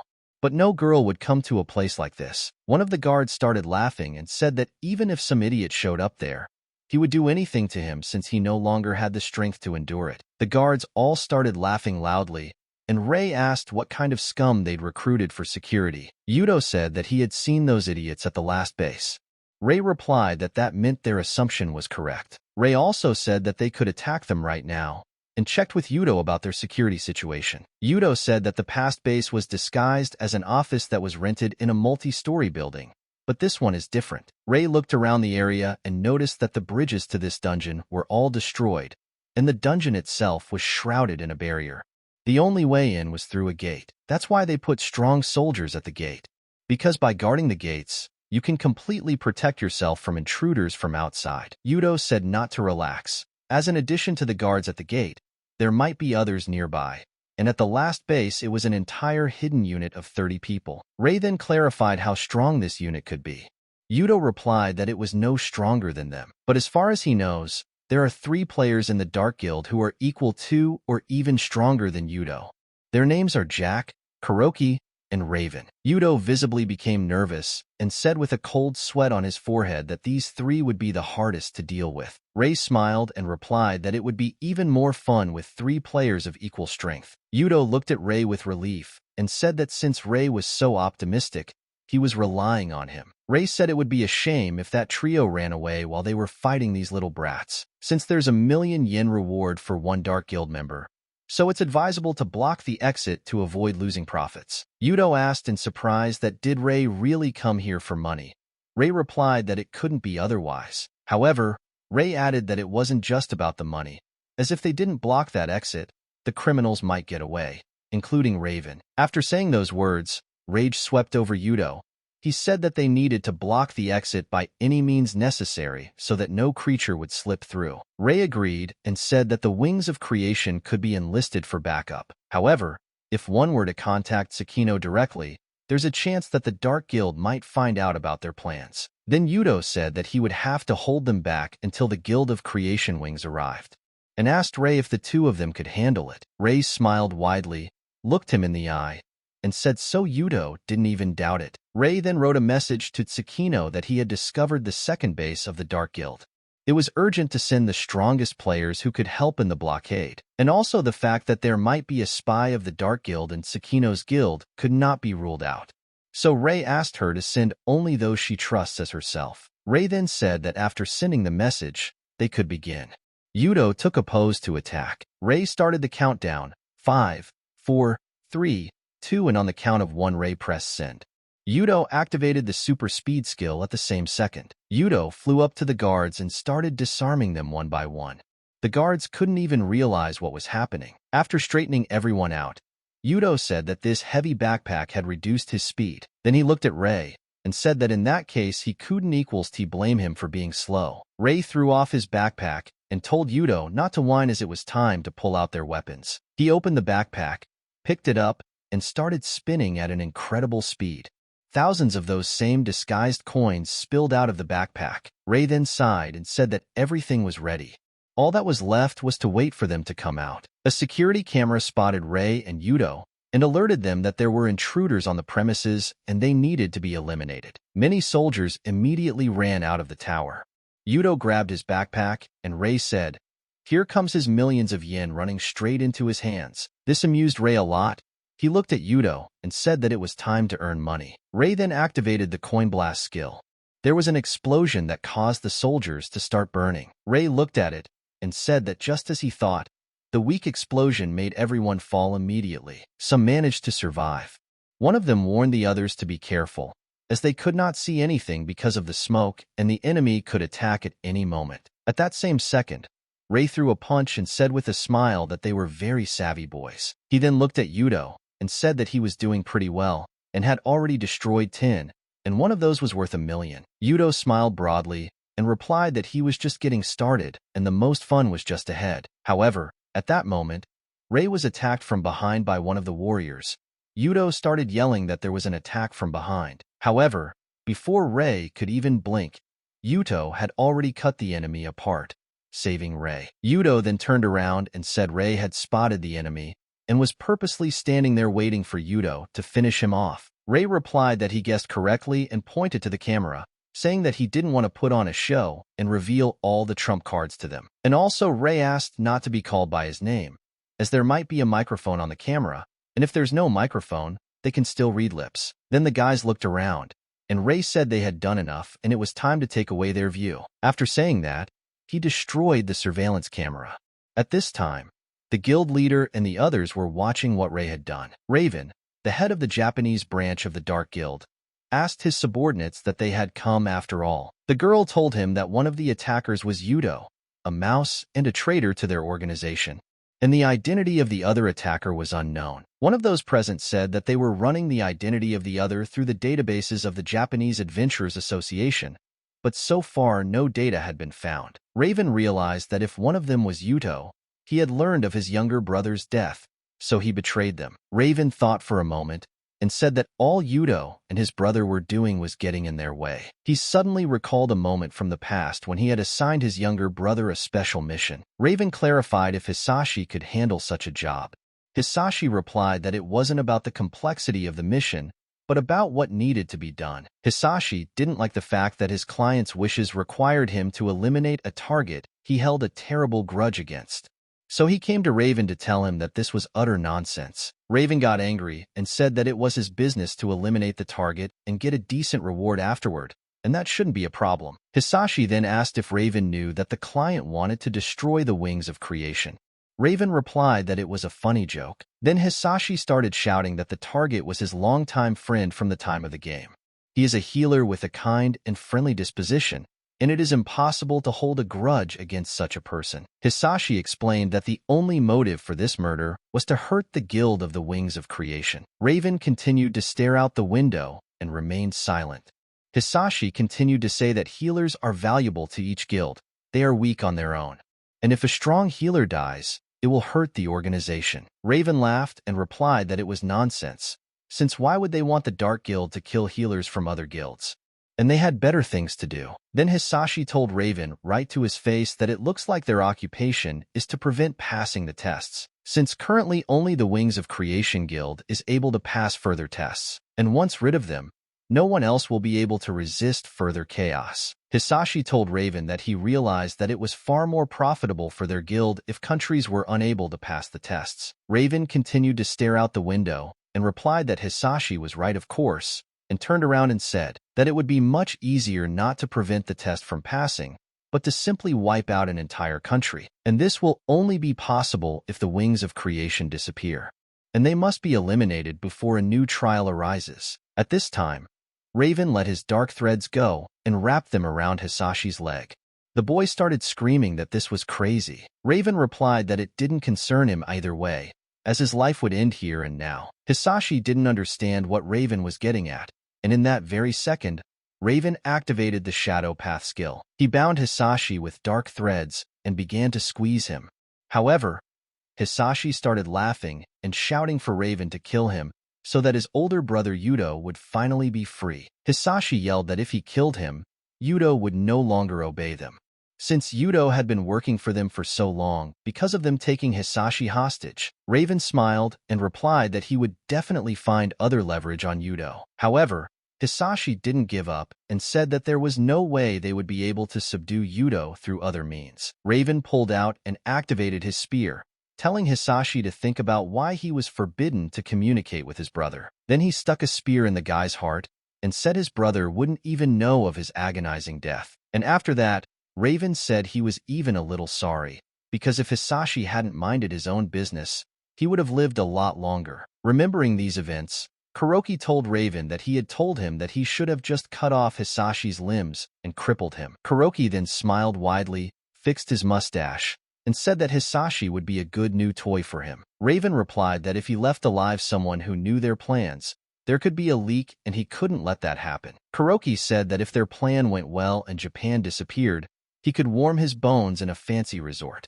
He was starting to think about whether to go to Hawaii, the Maldives, or Dubai. The boy Jack laughed and said that the old man already had his old man's plans for his life in his head. Jack also added that lying down at the resort gets boring after a day, but playing with gaudy toys is just the right activity for Kuroki. Kuroki got angry, jumped up and started yelling that little Jack was yapping a lot today. One of those present tried to calm him down and told him that they could get promoted if they destroyed the country. A place in the head office was assured. Kuroki replied that he wasn't interested in paperwork and would rather be on the front lines. After all, it was more fun to kill people than to sit in a stuffy office. And it's good for your health. Raven listened to each and asked how the trespassers were doing. The girl reported that they had sent soldiers there, but the intruders had managed to overpower them all. Raven got up from his chair and said that it was obvious since Yuto was there, and of course the small mercenaries couldn't match him. He told the girl to tell the boss that they would handle it themselves. After that, Raven took his weapon and said that Kuroki and Jack would go with him. Kuroki was surprised that Raven was so serious. After all, those two rats wouldn't be able to do anything against them. Raven turned around and said not to take rodents lightly, because a cornered rat could chew a cat's neck off, and on top of that this guy they know nothing about. So Raven decided to kill him as soon as possible using the most of their powers. Meanwhile, Rei and Yuto were trying to count how many warriors they had put down and how many millions they had made. Yuto said that they'd gotten half of it right. Rei said that was fine, since there was another half to raise money. Suddenly, Raven came out of the tower. Rei noticed that Yuto was getting very nervous and asked what was wrong. Yuto said, and there he was, coming out. Raven turned to Yuto and said that it had been a long time since they had seen each other, and if he'd gotten this far, he already knew the truth about his brother. Fury overcame Yuto. He said that Raven would definitely answer for his little brother's death. Yuto applied the super speed skill. However, the system reported that the super speed skill could not be activated. And the skill rollback time was 3 hours 25 minutes and 52 seconds. Yudo was very angry and decided to pounce on Raven and get revenge on him after all. Ray watched from the side and thought that Yudo had completely lost his head. However, he decided to let him do one reckless act today. Yudo didn't even have time to fly to Raven. Jack appeared and cut him off using the wide cut skill. Yudo spotted Jack and Kuroki. Jack laughed loudly and said that Yudo was an idiot for coming all this way to be finished off. Kuroki intervened and told Jack that it was rude of him to make fun of Yudo, since such a fool could only be pitied. It was a foolish thing to risk his life for a dead body. Yudo could barely contain his anger and said that Raven had brought Jack and Kuroki with him. Ray asked who they were and said they could be blown up with coins. At that moment, Yudo turned to Raven and demanded that he explain why he had taken his little brother's life. Raven smiled and replied that there was no reason.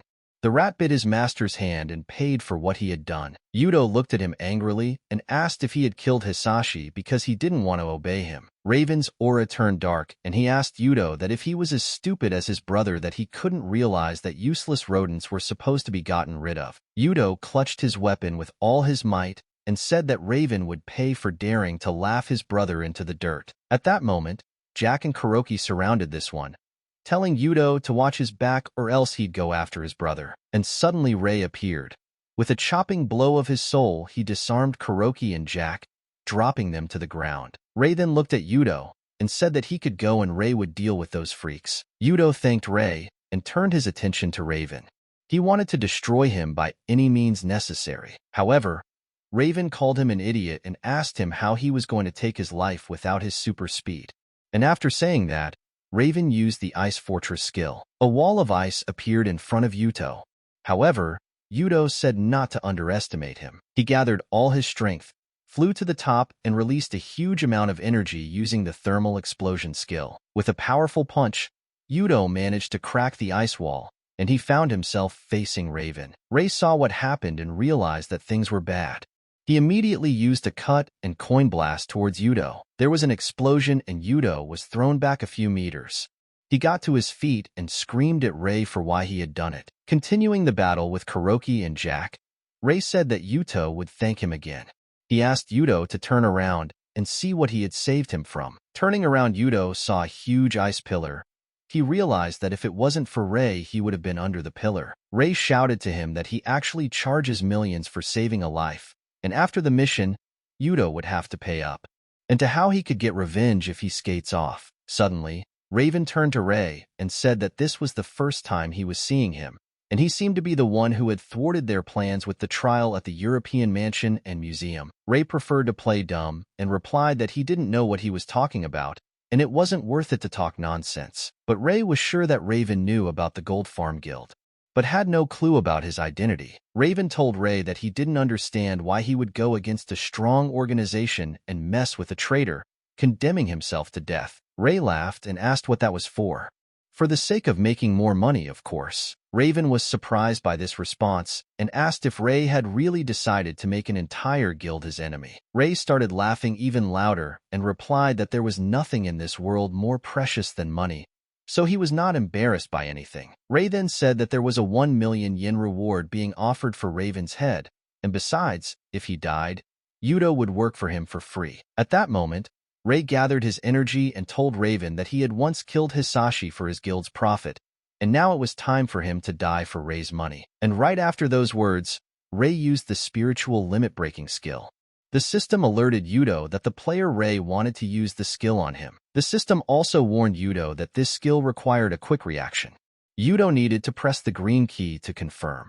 The boy agreed. In the same second, the system notified that the spiritual burst skill was activated and the skill rollback time was reduced to 0. Also, for the duration of the skill, Yudo receives protection from the Ray player's powers. Ray looked at Yudo and gave him the command to move forward.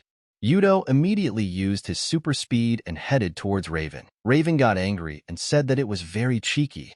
He didn't expect Yudo to be able to use super speed again. Meanwhile, Yudo was confidently flying towards him.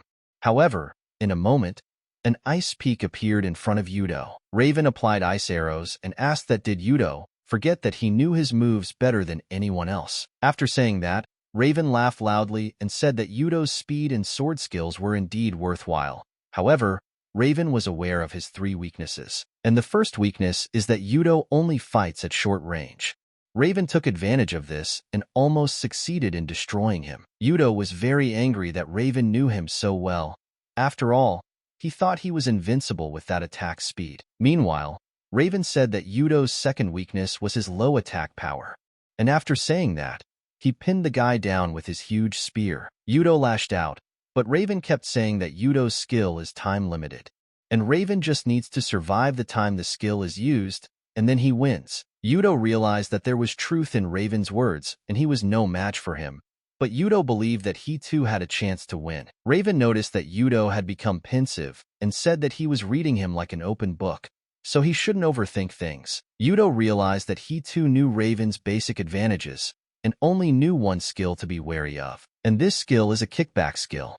The skill increases the recoil of a blocked attack, and the person can attack with double the force. And due to Rei's power transfer, Yudo's attack power is also increased, hence Raven's recoil is also increased. Yudo made the decision that he should attack until the moment he activated the skill. So he did.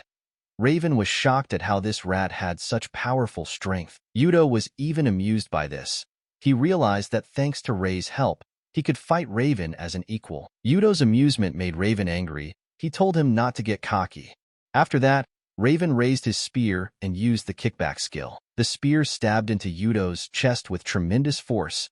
He flew back a few meters and formed a hole in the wall from the impact. Raven smiled widely and said he would let Yuto meet the same death as his brother. And suddenly at that moment, from the back, the knife that Rei had launched at him flew at Raven. Raven noticed in time and managed to dodge. The knife only scratched his cheek and stuck into the wall beside Yudo. Raven got angry and started yelling for Rei to stay out of it since he was next in line anyway. However, Rei only smiled in response and said that this knife would come in handy for Yuto. Immediately after saying that, Yudo took out a knife from the wall and ran up to Raven, stabbing the knife into his stomach. Raven couldn't understand how it happened, and Yudo said he knew his moves better than anyone, so he had to learn new tricks from Rei. After saying that, Yudo pulled out his knife and Raven collapsed to the ground. Yudo was victorious in this fight. Yudo looked at all this and cried. He said that he was able to avenge his little brother Hisashi. Yudo remembered all the happiest moments of his life when he and his brother were together. After a few seconds, the system notified that the effect of the spiritual limit-breaking skill was over, and Yudo's physical strength returned to normal. An exhausted Yudo collapsed on Rei's shoulder and said that he still wanted to defeat Raven on his own. Rei backed him up and replied that he wasn't much help to him, and Yudo had taken Raven's life on his own. Yudo was very weak. However, he asked Rei what was up with Jack and Kuroki. Rei smiled and replied that the two who came with Raven were lying on the sidelines over there. A couple minutes ago, Rei stood watching Yudo and Raven fight, but Jack and Kuroki wouldn't let him just watch. They approached Rei and began to apply their skills, Jack immediately applying the Death Aura skill. Rei was even surprised. He knew it was a skill to create a space where the attack power would be increased. Jack then applied a wide cut, and Kuroki applied a piercing charge attack at that moment behind Rei's back. Kuroki laughed evilly and asked Rei how he would be able to dodge without a fulcrum now. Rei had had enough of playing these games. He destroyed Jack with one swipe of his hand and then went to Kuroki. Rei flew up to him and put a knife to his neck, saying that only an idiot would part with his weapon during a fight. After saying that, he slit his throat. Yudo told Rei that he instantly took out those mutts. Rei smiled and replied that it wasn't anyone's fault that they had such a huge difference in strength. Yudo was sitting against the wall and couldn't move, so he apologized to Rei and said he couldn't help him anymore. Rei smiled and said that so-and-so would make the money himself. Suddenly, an unknown man appeared in front of them and said that they would have no vacation. He stood with a huge hammer in his hands and turned to Yudo, saying that he never would have thought Yudo could defeat Raven. Behind this man's back were a dozen more soldiers. Rei realized that the reinforcements from the Dark Guild seemed to have arrived faster than the Creation Wings. After saying that, Rei walked over to the man and said with a smile that one person was worth 1,000,000 yen, and there were even more than 20 of them here. Rei's aura shone brightly. At this moment he was thinking about money, and he liked that this wasn't a dungeon of some kind. It didn't take a minute before Rei was done with them all. He went up to the man and said that he looked formidable, but in reality he was a weakling. Ray didn't care, though, because he was going to get his money. And just after those words, a convoy of black cars drove into the tower. Ray said that the wings of creation had arrived. He immediately removed the illusionary mask from his face so that there would be no unnecessary questions or suspicions. Tsukino came out of the car and told Ray in surprise that he had done a great job here. She then looked around and asked if the two of them had managed to block the Dark Guild's retreat exit. Ray replied that it wasn't particularly difficult. Tsukino then asked where his partner was. Ray pointed his finger at Yudo and said that he was lying there. Yudo said that they had somehow miraculously managed to hold out.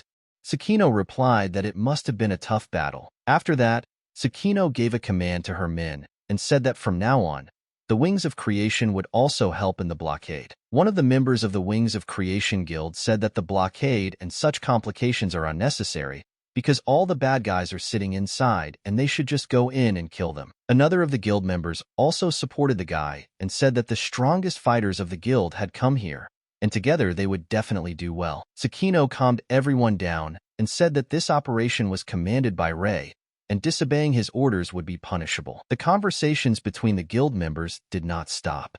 Then guild member Hoshino intervened. She started yelling for everyone to shut up since Tsukino had clearly told everyone to listen to Ray. One of the men told Hoshino not to interfere. However, the girl put him on the spot and asked him that did he really think he could shut her up because she was a woman. Ray intervened and said that their opponent's strength lies in numbers, so one must not act indiscreetly. Also, Ray said that if anyone has any objections, they can speak up.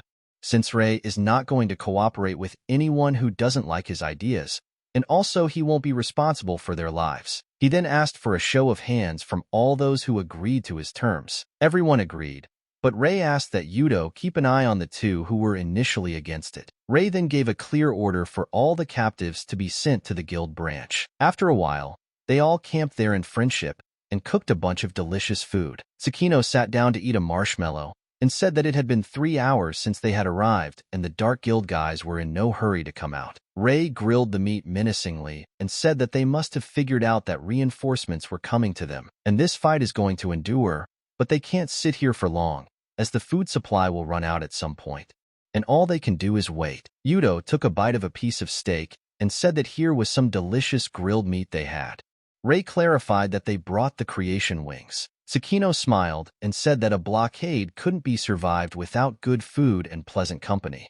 Hoshino supported her and said that they could wait as long as they wanted in comfort. Tsukino stood up from her chair, looked up and said that however their barbecue was coming to an end, as she was notified that 2 suspicious men were approaching them. Ray immediately took off his apron.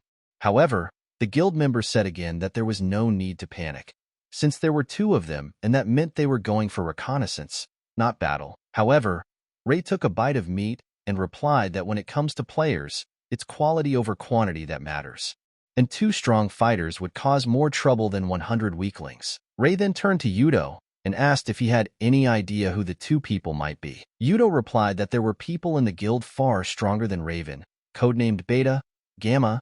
About these people, Yudo only knew their codenames and no more information. Tsukino then showed Yudo the video that the reconnaissance team had sent her. 2 guys were seen in the video, and Tsukino asked if Yudo knew them.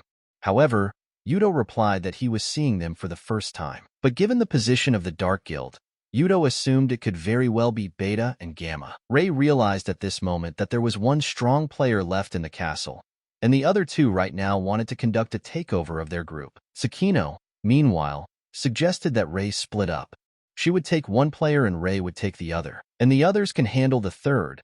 Tsukino assumed that way they could handle 3 times. Yudo warned everyone to be careful, since the only one he'd met of the 3 was Alpha. He was the only player he thought was creepy, even though he'd seen a lot of them before. Ray then turned to Tsukino and said that since the enemy was so strong, the payment would have to be doubled. Tsukino laughed and replied that he was already dreaming. Ray said that if that was the case, he could keep hitting weaklings instead of this. Ray then turned to Yudo and said that he was leaving him in charge here while they were busy with those 2. Tsukino ordered everyone to get ready. They approached the gate, and suddenly a flock of crows flew from the forest. No one realized what was suddenly happening, Tsukino immediately ordered everyone to retreat. A huge red ball appeared at the gate, which swept through the gate and left a huge trail of flames. The guild members began to echo and ask if everyone was alive. It turned out that some were badly injured.